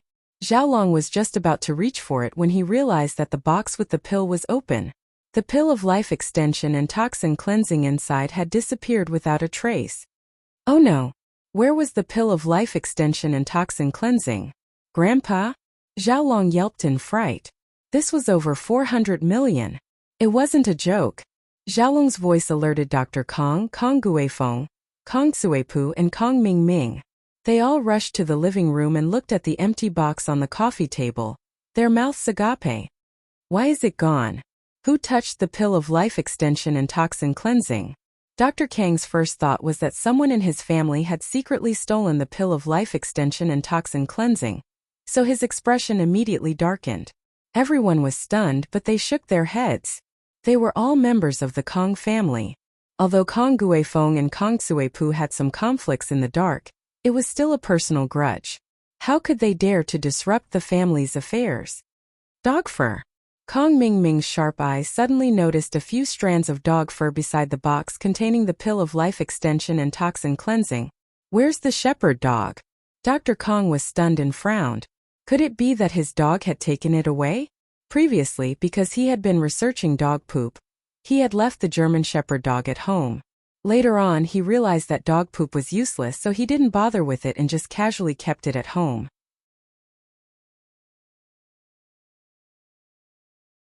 However, he didn't expect that dog to cause trouble and steal the Pill of Life Extension and Toxin Cleansing. Everyone in the Kong family came to their senses and started searching the entire villa for the dog. Finally, they found the German Shepherd dog in a corner of the courtyard. The German Shepherd dog was curled up next to a pile of broken twigs. Around the dog was a pile of dog poop. It was extremely smelly. However, Dr. Kong couldn't care less about the smell of dog poop. He picked up the German Shepherd dog and started searching around. However, after searching for a long time, he couldn't find the pill of life extension and toxin cleansing. The pill of life extension and toxin cleansing had disappeared. Where did this stupid dog take the pill of life extension and toxin cleansing to? Dr. Kong was incomparably anxious. Cold sweat had formed on his forehead. That was bought with shining silver. It was more than 400 million. If it was lost, wouldn't it be a huge loss? Everyone looked at each other in dismay. Where could they find such a small pill? This villa was huge. No matter where it fell, they wouldn't be able to take care of it. However, only Kong Ming Ming's expression changed. Grandpa, could it have been eaten by a dog? What do you mean Grandpa was eaten by a dog? How can you say that? Kong Suepu was a little angry when he heard his son's inappropriate words. It's not that Grandpa was eaten by a dog. I'm saying the pill of life extension and toxin cleansing was eaten by a dog. Kong Ming Ming hurriedly explained. This dog's condition is similar to the last time I ate it. It's all diarrhea, and it's lying there powerlessly. When Dr. Kong heard Kong Ming Ming's words, he looked at the dog's condition. Indeed, it was no different. His head immediately buzzed and his vision went black. He collapsed to the ground and fainted. Anyone in his shoes would faint. The pill of life extension and toxin cleansing that was bought with 400 million was eaten by a dog. How was anyone supposed to live? Dr. Kong fainted was still all right. If it were someone with a weaker mental fortitude, their heart would have exploded. The rest of them weren't much better off than Dr. Kong. He was the Kong family's only hope for ascension, but he was eaten by a dog just like that. The heavens weren't helping the Kong family. However, regardless of what the heavens were thinking, the Kong family hurriedly sent Dr. Kong to the hospital. The pill of life extension and toxin cleansing was gone. If anything happened to Dr. Kong, the Kong family would really be finished. Miracle Dr. Kong, on the other hand, was fine. He'd only fainted because of the anxiety, and woke up when he got to the hospital. He was worried about the pill of life extension and toxin cleansing at home. Even if it was eaten by a dog, he'd kill the dog and extract the pill from its stomach. You bastards, why are you sending me to the hospital? What a waste of time.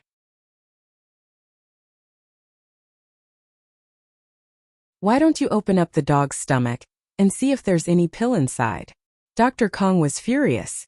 These wastrels were really infuriating. Didn't they know what was more important? Kong Guifeng and the rest looked at each other. That's right. Why didn't they think of that? It was probably too late to go back now, right?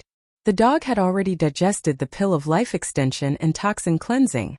But no matter what, Dr. Kong still rushed out of the hospital and brought his family back to the villa. What greeted him was a shepherd dog full of energy. There was no need to mention how energetic this shepherd dog was. It jumped up and down with inexhaustible energy. Dr. Kong regretted it when he saw the dog. The dog must have digested the pill already. How else could it be so energetic? But Miracle Dr. Kong still wanted to give it a try. He killed the dog, but there was nothing left in the dog's stomach. It seemed like it had been digested. Dr. Kong sat on the ground, almost crying himself to death. He almost rolled on the ground. 400 million. That was more than 400 million gone just like that. There was nothing left. Why was his family so unlucky? Dr. Kong pounded his chest and stamped his feet. The others weren't any better. Kong Guifeng and Kong Suepu had dark expressions on their faces, and Xiaolong and Kong Ming Ming were feeling extremely regretful as well. Another good opportunity was missed by the Kong family.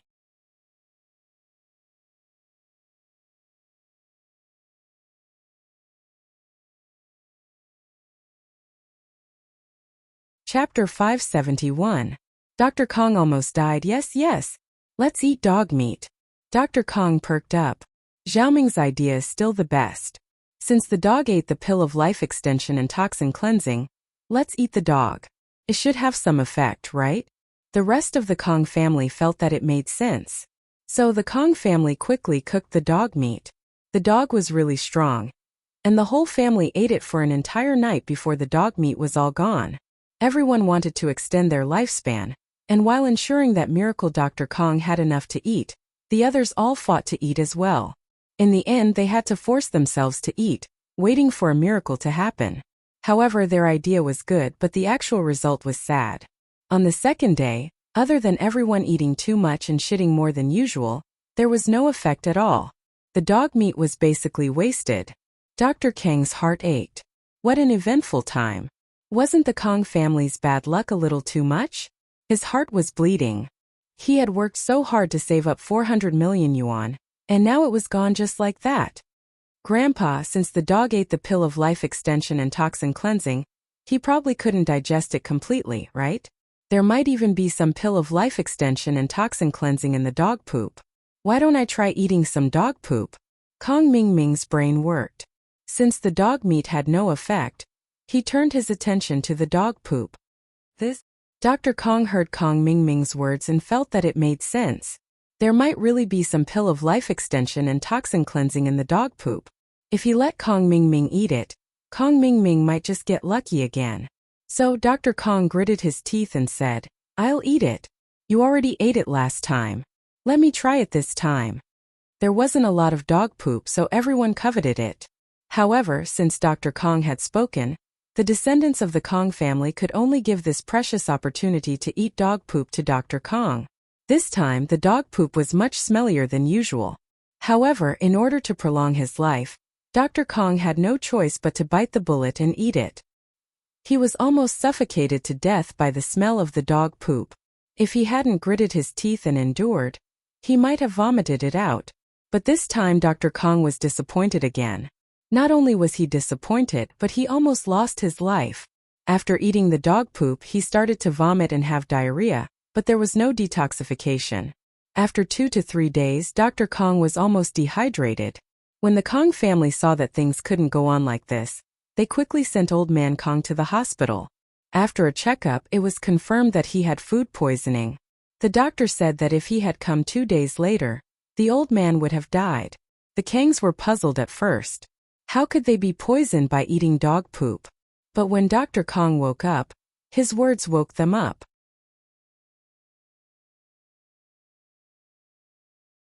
The name of the pill was the pill of life extension and toxin cleansing. Naturally, it was for detoxification. What he ate was the poison excreted by dogs. Wouldn't that make him food poisoning? The Kangs tried 13 different methods, and in the end, Dr. Kong almost lost his life. Dr. Kong called for a family meeting on his sickbed, listing this incident as House Kang's top secret. No one was to mention it in the future. There was no other reason than that it was too embarrassing. If this were to be exposed, House Kong would be done for. For now, they should just stick to Kong Mingming's plan of hitting on girls. Starting with Guan Xian was the best option. If they could get the recipe for the pill of life extension and toxin cleansing, House Kong would be able to survive this crisis. Linny looked at Pinliang's calm yet hazy eyes. He had a vague feeling that there was something wrong with him, but he couldn't figure out what Pinliang was planning.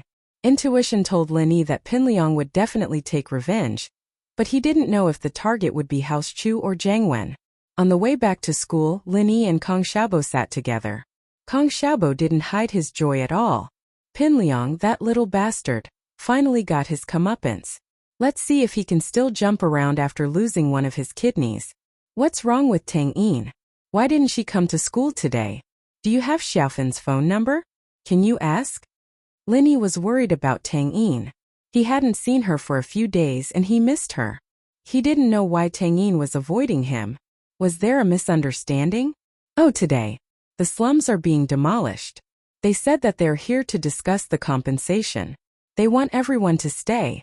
Lu Xinwen took the day off, and Tang Yin should be at home. Kong Xiaobo said. I see. Linny nodded. Mrs. Tang had told him about this before, and he had also told them that after the demolition, he would pay some money for a retail house. Linny was relieved after hearing Kong Xiaobo's reason. As long as Tang Yin was at home, nothing would happen. Boss, I need to tell you something. Yesterday, Zhou Ruoming's father came to my house. Kong Xiaobo told Linny about what happened at the tea house, especially when Kong Xiaobo and Zhou Ruoming were scared when they heard Lin Yi's name. It made Kong Xiaobo very happy. Linny only smiled faintly. Linny didn't feel any sense of achievement to make these small people afraid of him. Only Kong Xiaobo would be this excited. Today was a big day in Shanty Town, because a development company was going to renovate the Shanty Town. In fact, this was good news. The residents of Shanty Town were looking forward to living in a building. Of course, they also wanted to get a lot of compensation. It wasn't that no development company had the idea of Shanty Town before, but in the end, they gave up because the development cost was too high.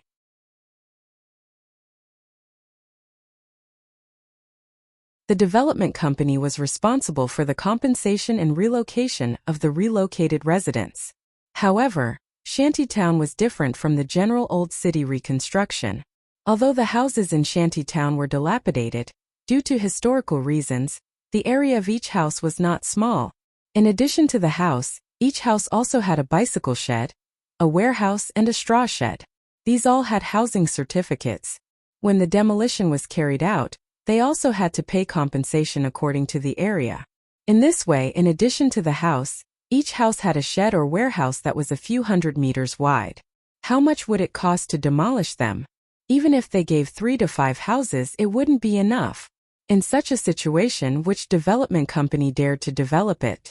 Wouldn't it be a losing business? However, there was no other way. Shantytown had historical reasons. It was originally a rural area, and later changed into a town. It wasn't until the end of 2000 years that it was connected to the city. Gradually, after more than 10 years of development, it became the main city area. In the past, when the cost of land was cheap, no development company was interested in this place. But later, the supporting facilities nearby were upgraded, and the housing prices rose. Now this place couldn't afford to be demolished.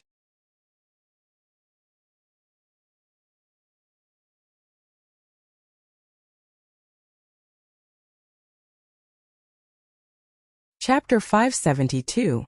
Kill 1 to warn others. Tang Juqing could already stand up and walk a few steps with the help of a crutch. However, there seemed to be some problem with the nerves in his left leg. It wasn't very sensitive, so he walked with a limp and stayed at home. Today was a big day in the slums. Other than Tang Juqing, the mother and daughter came to the only square in the slums, which used to be the garbage dump. Later on, the city started a garbage removal project, and set up a few temporary garbage dumps in the slums. Only then did they completely remove the garbage dump. Otherwise, the smell would be unbearable in the summer. After it was cleaned up, it became a place for the elderly to play chess and exercise. It was also an empty space for the kids to play. Today, it became a place for negotiations with the developers. Behind the empty space between 2 trees, there was a sign. Welcome to Qibing Real Estate's renovation of the slums. Qibing sat in the back of the Audi Q7, and Zhong Fabai was the temporary driver. Jin Gubong sat in the front passenger seat, and beside Qibing was a middle-aged man. They couldn't tell who this middle-aged man was.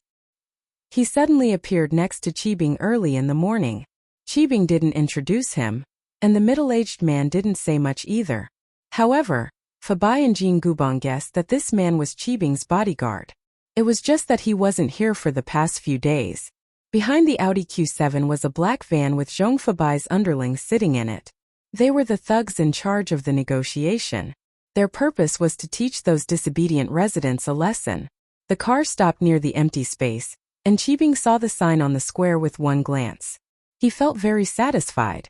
It seemed that these people had been waiting for their relocation for a long time, and now that he had the initiative, he would be able to lower the price a bit more for them. Master Bing, these people seem to welcome you very much. Fabai said flatteringly, but in his mind, he was planning to divert the trouble. Humph, let's see if they still welcome you when you tell them the price later. Master Bing wasn't stupid. He knew that these people didn't know the price he was going to give them. They wouldn't welcome him when he told them the price. So what if they don't welcome me? They still have to demolish it. This is Master Bing's first project in Songshan. You can't let these unruly people ruin it. Zhong Fabai said. Naturally, we won't stop because of them. However, if these unruly people don't allow us to demolish it, it will be troublesome. Zhao Qibing looked at the people in the square and frowned. It's obvious that these people have discussed this beforehand. I'm afraid that the negotiation won't go smoothly. This will depend on your determination, Master Bing. Fabai smiled. Since Zihua Bro asked me to come here, I know what's going on.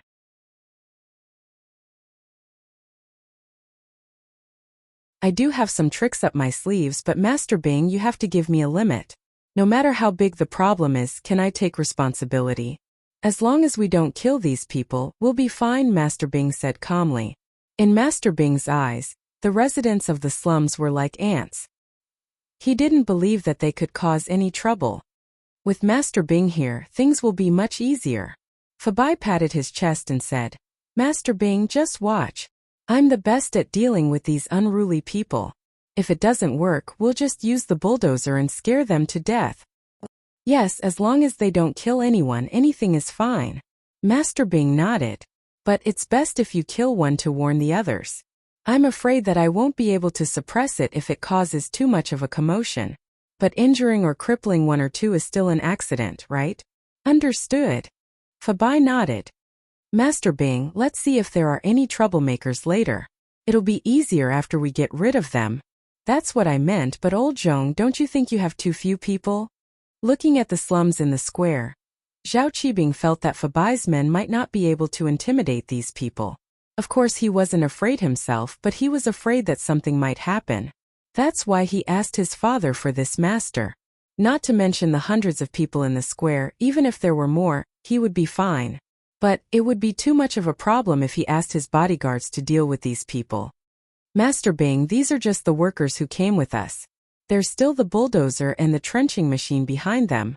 They'll be here soon. Fabai looked at his watch and said, they should be here soon. That's good, I'll leave it to you later. Zhao Qibing was relieved when he heard that Fabai still had men. Let's see who's not convinced later. We'll tear down their houses first. We should be more forceful from the start, or else these unruly people will take advantage of us. Fabai calculated in his heart. He'd tear down Tang Yun's house later, and it'd be best if they made a big commotion. If Tang Yun was hurt, Linny wouldn't just stand by and do nothing, right? When the time came, he would push all the blame away and let Linny take revenge on Master Bing. If Linny went against Master Bing, wouldn't he be seeking death? Master Bing nodded and got out of the car. Accompanied by Fabai, Jin Gubong, and the bodyguard, they came to a temporary rostrum in the square and sat down. The residents of the slums quietened down as well. They stared at the people on the rostrum without blinking. These were people who could decide their fates. Their words were like gold. How could they not be careful? This is the chairman of our Qibing Real Estate Development Company, Zhao Qibing, Director Zhao. He's in charge of this slum's reconstruction. If you guys have any requests, you can tell us. We'll discuss the demolition plan.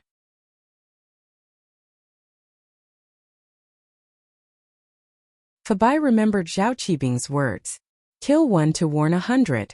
He had to find someone to establish his dominance, so he purposely said those words. He was waiting for someone who didn't care about their lives to ask for more.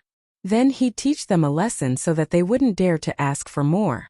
Fabai's words stunned the residents on the spot. Wasn't it always the developer who came and asked if they wanted to demolish the slums or not?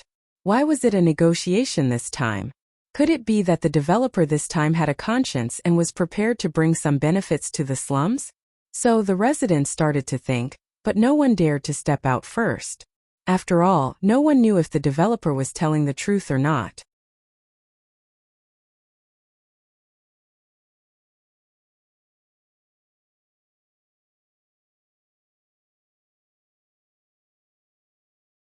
Chapter 573.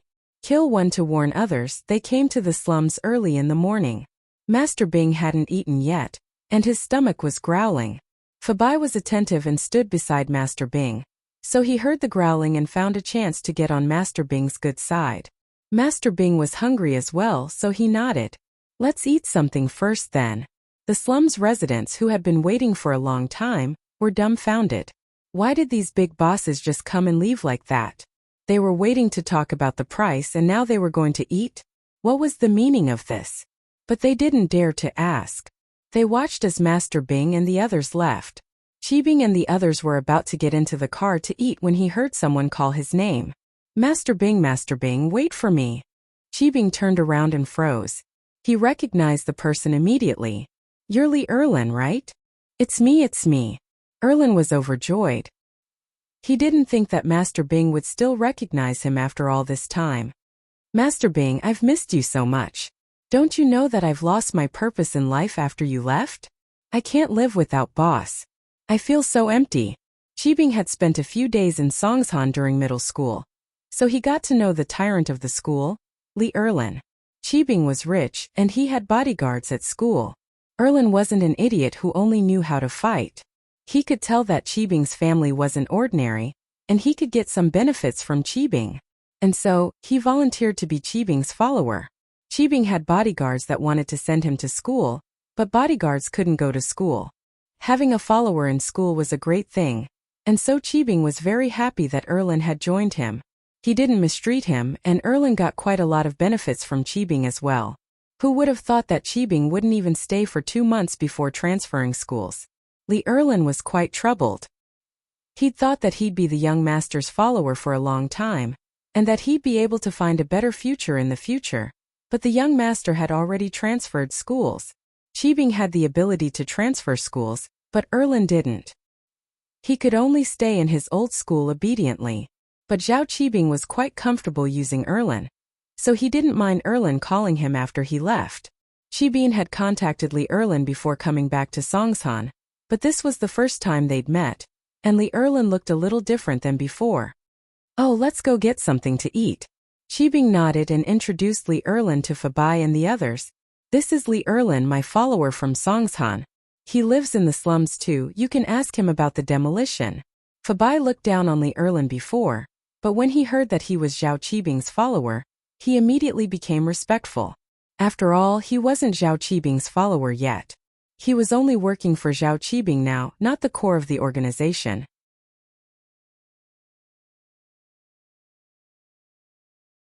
Gubong, on the other hand, was secretly astonished as well. How was this inconspicuous gangster Master Bing's lackey? But he didn't dare ask. Qibing found a restaurant. He didn't have much interest in food, but he was interested in women and money. Let's go here. Erlin, go ask if there's a private room. Alright. Erlin was a gangster in this area, and naturally, he knew the owner of the restaurant. After entering, he called out to the waiter. Get your boss out here. The waiter knew Erlin too, and knew that he was a gangster. He didn't dare offend him, so he quickly nodded and called the boss over. The boss frowned when he saw Erlin. Erlin, didn't I give you pocket money this month? Why are you here again? The boss wasn't afraid of Erlin, but it was better to give a gangster like him some benefits every month. It would be troublesome if they caused trouble. What do you mean again? I'm here to have a meal. I'm looking up to you. My boss is here, prepare a private room. Erlin glared at the boss impatiently. My boss is Chairman Zhao from Qibing Real Estate. He's from the capital. The boss, on the other hand, had heard that Qibing Real Estate was in charge of renovating the slums nearby. He paused, wondering when did this Erlin get to know such a powerful boss? He didn't dare to delay and put on a smile. Erlin, it seems like you're going to make a fortune in the future? Don't forget about us after you become a boss. Of course. Alright, stop talking and get a private room. Li Erlin was very pleased with the boss's words.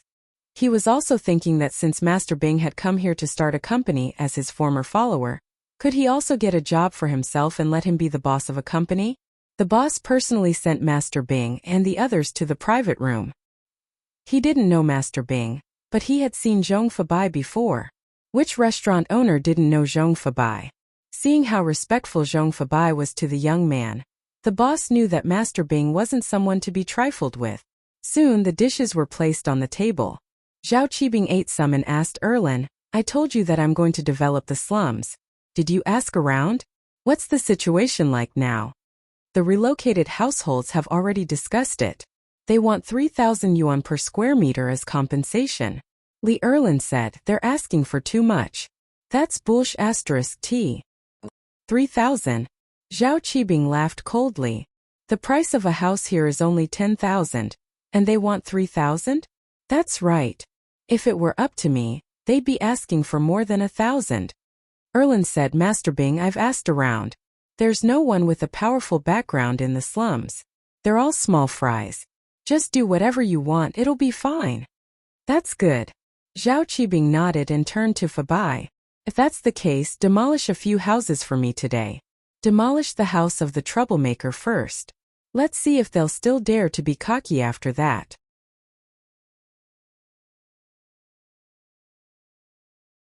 Don't worry, Master Bing. The bulldozer and trenching machine are already in place. We can start any time. Fabai nodded.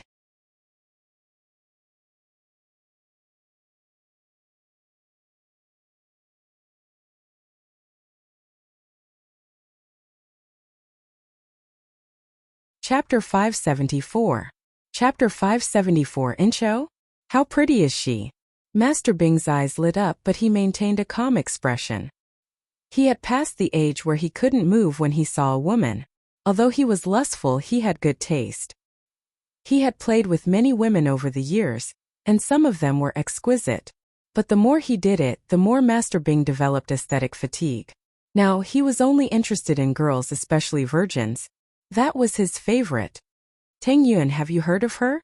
She's the prettiest girl in Songshan's first high school, and the #1 beauty in the slums. Erland said. I have a photo here. Master Bing, can you take a look? Oh, let me see. Master Bing took Erland's phone. It was filled with photos of Tang Yuan that Erland had secretly taken. Fabai was overjoyed. He was just thinking about how to shift the blame to Tang Yuan when Erland appeared. It was perfect timing. Now, he had a reason to mess with Tang Yuan's family. Master Bing, I've heard of this Tang Yuan before. My son is also studying in Songshan's first high school. There's a commoner school beauty called Tang Yuan. Fabai interrupted. But I heard that she got a boyfriend recently? Just got a boyfriend? Not in the past. Master Bing's eyes lit up. It was very likely that the girl was a virgin. He looked at the photos on Erland's phone. They were the best of the best. If the photos were already so pretty, how beautiful would the real person be? He was most interested in this type of woman. Not in the past, Master Bing. I'm sure that Tang Yuan is still a virgin. Erland said. I've done some research on this. Women who have lost their virginity before can tell. Zhao Qibing nodded. Old Zhong, think of a way to deal with Tang Yuan's family. This girl is mine. Don't worry, Master Bing. I'll take care of it. Zhong Fabai's heart was filled with joy. God is helping me. This Li Erland is such a wonderful person. I heard that Tang Yuan's family wants to build a storefront after the demolition. We can use this as a bargaining chip. Li Erland had already asked around about Tang Yuan's family. He was from the slums after all, so it wasn't hard for him to find out. Zhong Fabai nodded. He was even more grateful to Li Erland. This time he even had a reason to make things difficult for him. He didn't have to think about it anymore. After the meal, they returned to the square of Shanty Town. However, there was one more person on the podium. It was Li Erland. The residents of Shanty Town were somewhat inexplicable. Why did these big bosses come and leave and then come back? What kind of play was this? Seeing Li Erland on the rostrum, the residents of Shanty Town were annoyed. Li Erland must have colluded with the enemy and told the developers about the residents' opinions. Because Li Erland was also a member of Shanty Town, they did not hide it from him during the meeting, so he knew more about it. Now it seemed that it was a mistake.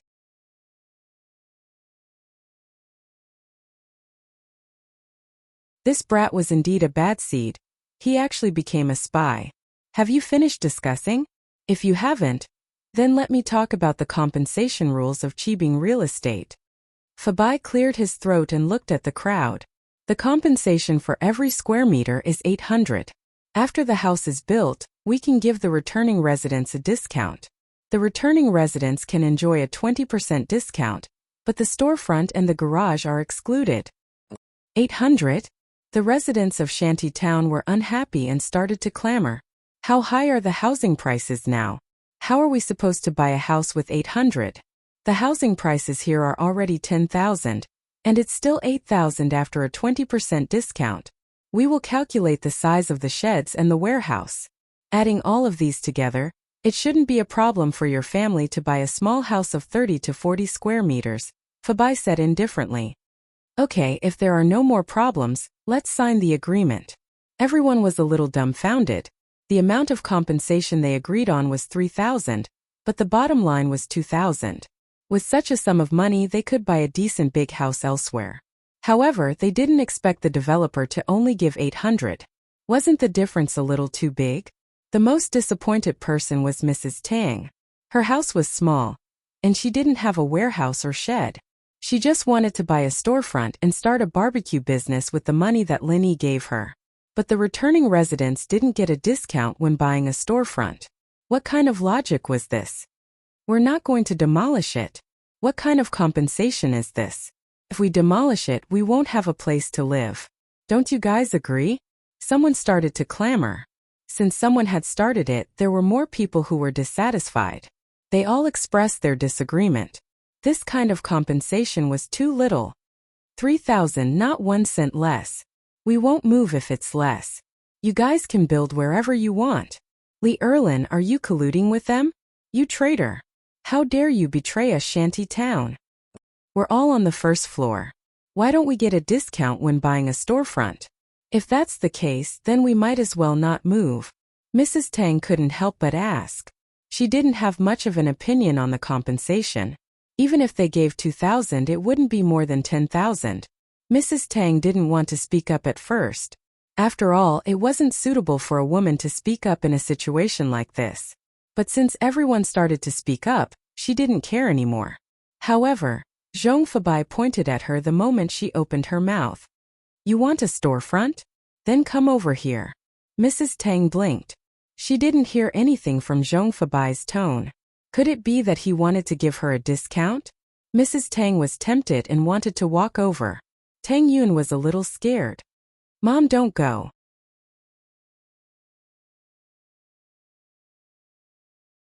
The bird that sticks out gets shot. Silly child, can't you see that everyone is making a fuss? If you don't fight for the benefits now, when are you going to fight for it? Mrs. Tang glared at her daughter. There's strength in numbers. Don't you understand? You still want to talk to them in private? Don't forget about your father's matter. We can't solve anything by ourselves. Now that we have more people, we can raise some conditions together. They will definitely solve it. Then, I'll go with you. Tang Yun was still worried. After all, she had seen how evil the bad guys could be. Tang Yun walked with Mrs. Tang. Zhong Fabai's eyes lit up when he saw Tang Yun. This Linny had good taste. This girl was quite pretty. What a pity.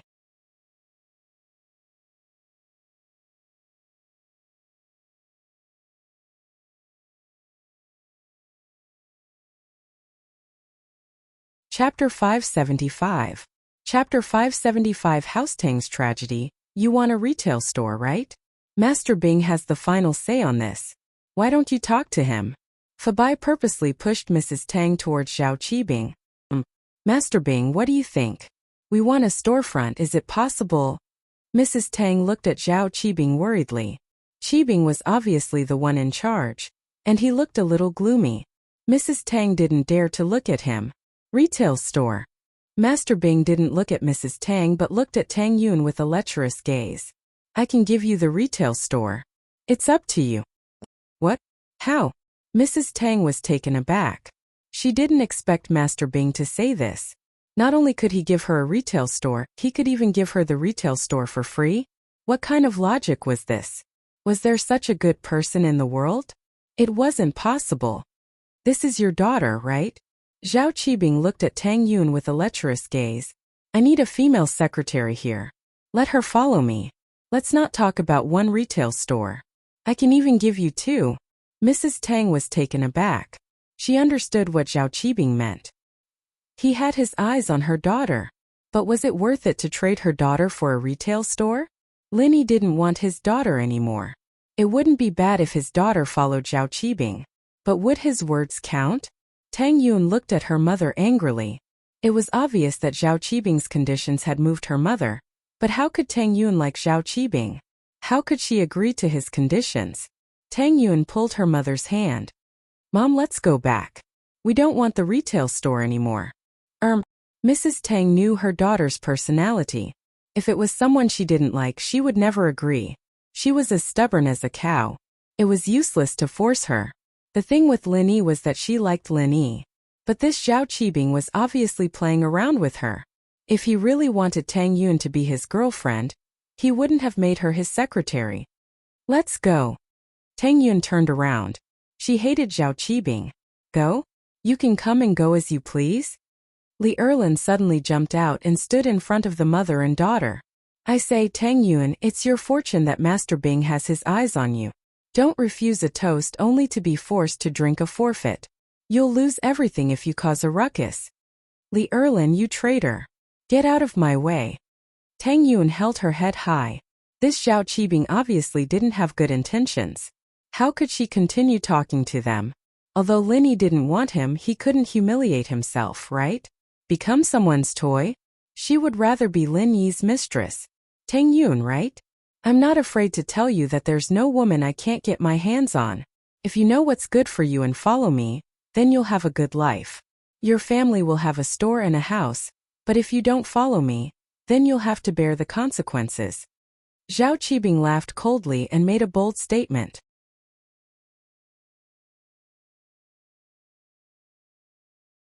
In front of so many people, Tang Yun rejected him like this. It made him lose face.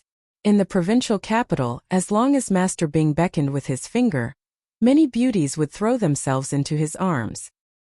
He thought that if Tang Yun promised her some benefits, she would obediently follow him. He didn't expect her to have such a personality. We don't want the store anymore, and we won't demolish the house.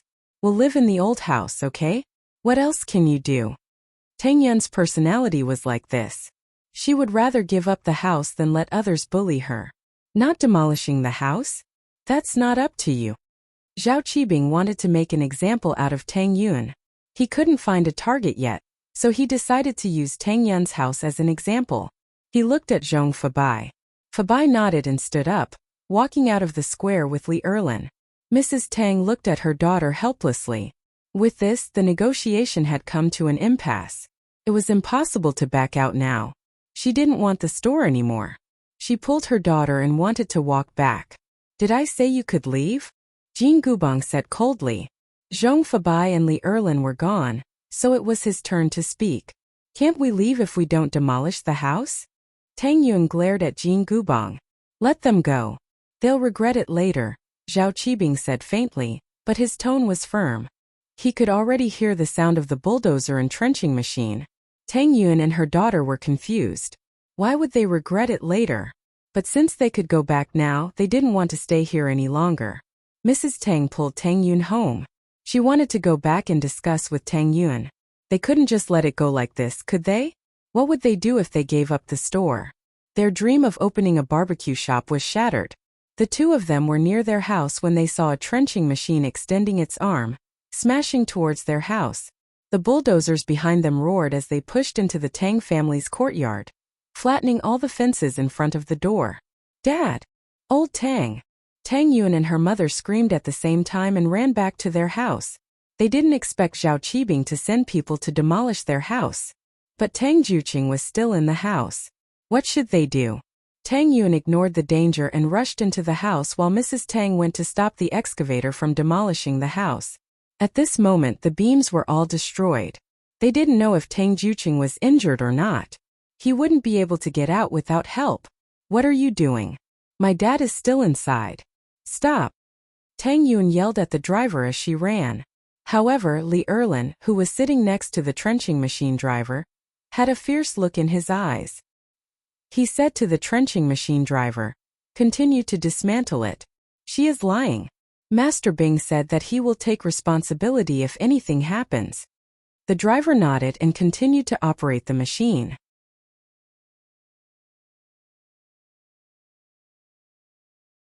Tang Yun saw that they weren't listening and could only rush into the house. But could she still enter the house? The bulldozer was blocking the front door and pushing forward. It was obvious that they wanted to cooperate with the trenching machine and destroy the house.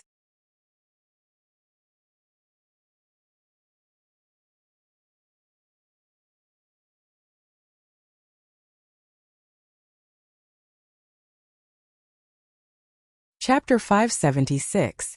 Her face. Someone's dead. Someone's dead.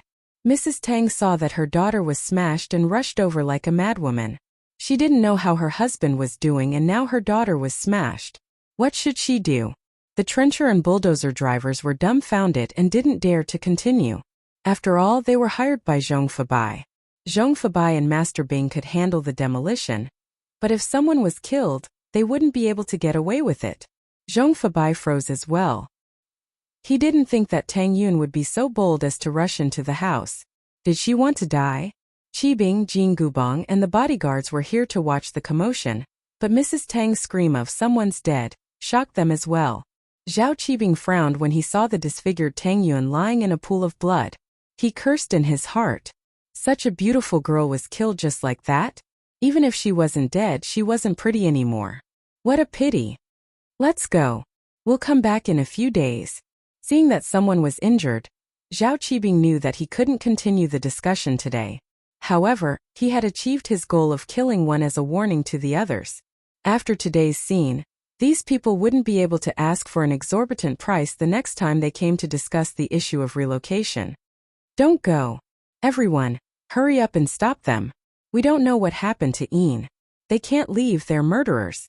Mrs. Tang saw that Zhao Qibing and the others were trying to escape and panicked. However, Zhao Qibing and the others got on the bulldozer and continued driving forward. The residents of the slums wanted to stop them, but no one dared to step forward. After all, these people dared to demolish people's houses. They wouldn't be afraid of being crushed to death. Zhao Qibing shouted when he saw that there were people who were eager to try. Go ahead if you're not afraid of death. Don't worry about these people, we'll crush them to death. Zhao Qibing's domineering attitude made the people who wanted to make a move stop. After all, everyone was afraid of death, especially someone like Zhao Qibing who wasn't afraid of death. Who would dare to provoke him? And so, Qibing's group left the slums very quickly, leaving only Mrs. Tang hugging Tang Yun and crying her heart out. The door was broken and they couldn't get in. They didn't know if old Tang was all right or not. Someone had already called the police and the ambulance, but it was the fire truck that came first. The firefighters broke down the half-demolished house and rescued Juqing. Mrs. Tang breathed a sigh of relief when she saw that only Tang Juqing's legs were broken. Tang Juqing could still speak when he was carried out, but he was grimacing in pain and sweating profusely. Mrs. Tang couldn't be bothered to comfort him. She just hugged her daughter and waited for the ambulance. Then the ambulance and police car arrived.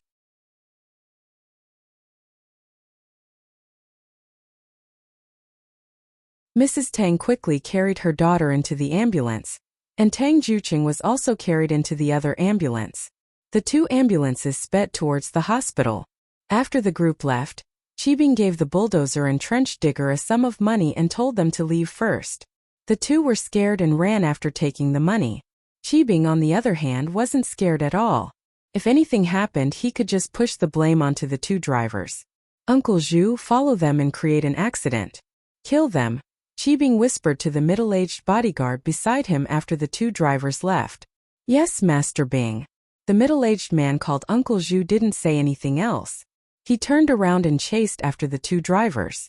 Naturally, Qibing wouldn't allow the evidence to point at him after someone died. The only way was to eliminate the source of the trouble. After all, he didn't know if anyone died or not. Qibing had asked Uncle Zhu to kill a lot of people already, so he didn't feel guilty at all. He laughed and rushed back to Qibing skyscraper with Erlin, Fabai and Jin Gubong. Qibing skyscraper was the headquarters of Qibing real estate built by Gubong and Sihua a while ago. It was officially completed today. Qibing, on the other hand, was holding a completion ceremony for Qibing skyscraper tonight. He invited some of the famous people in Songshan to the banquet hall in front of Qibing skyscraper. This banquet hall would become a restaurant after the completion of Qibing skyscraper. It was also the cafeteria for the employees of Qibing skyscraper. Tang Yun and Tang Juqing were sent to the hospital. When they arrived, Tang Yun was already awake. Mrs. Tang breathed a sigh of relief. After the medical staff's examination, Tang Yun only had a cut on her forehead. There were no other problems. But the wound on her forehead needed stitches, and it would leave a scar. It was impossible for her to be as beautiful as before. It was already good enough that she didn't scare people when she went out. Tang Juqing, on the other hand, had both of his legs broken. He was put on a cast after being sent to the hospital. He was fine except for the fact that he could stand up just now. Now he had to lie on the bed again. In fact, Tang Yun and Tang Juqing were fine. But after Mrs. Tang breathed a sigh of relief, she started to worry again. Her house was forcefully demolished. She didn't even have a home in the future. What should she do? Now that her daughter's face was disfigured, she didn't even have the capital to bargain with Zhao Qibing. Would he still like her? So Mrs. Tang was worried. She was hoping that her daughter could find a rich man with her face, but now she had nothing. Mrs. Tang, on the other hand, had never thought of asking Zhao Qibing for medical fees. The memory of how hard it was for Tang Juqing was still fresh in her mind. She didn't expect Zhao Qibing to compensate them at all. Tang Yun's head was covered with bandages.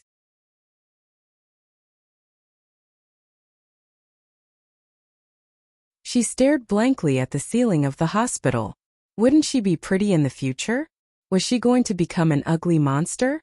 Although, Tang Yun did get angry when she met bad guys who were drooling over her beauty. She wanted to become ugly so that she wouldn't be harassed. But women were born to love beauty. She didn't want to become ugly, did she? Would Lenny still like her? Tang Yun thought about how Lenny didn't want her anymore. Tears started to flow down her face. At first, she still had the capital to compete with Xiao Xiao, but now that her face was disfigured, Lenny probably wouldn't want her anymore, right? Don't be sad. The doctor said that if you recover well, there won't be a big scar left. Mrs. Tang didn't know when she walked into the room. Seeing her daughter crying silently, Mrs. Tang's heart broke. Mom! Tang Yun couldn't hold back her emotions anymore. She started crying. Mom, why is our family so unlucky? Why? Why did they demolish our house? Why? You're tuning in to the Li Mei Sword of Destiny YouTube channel. We're so grateful for your support, and don't forget to subscribe to join us on this incredible journey through captivating stories. Your generosity through donations truly makes a world of difference, as it's the primary source of revenue that allows me to expand and enhance this channel for you. Thank you from the bottom of my heart for being a part of this adventure.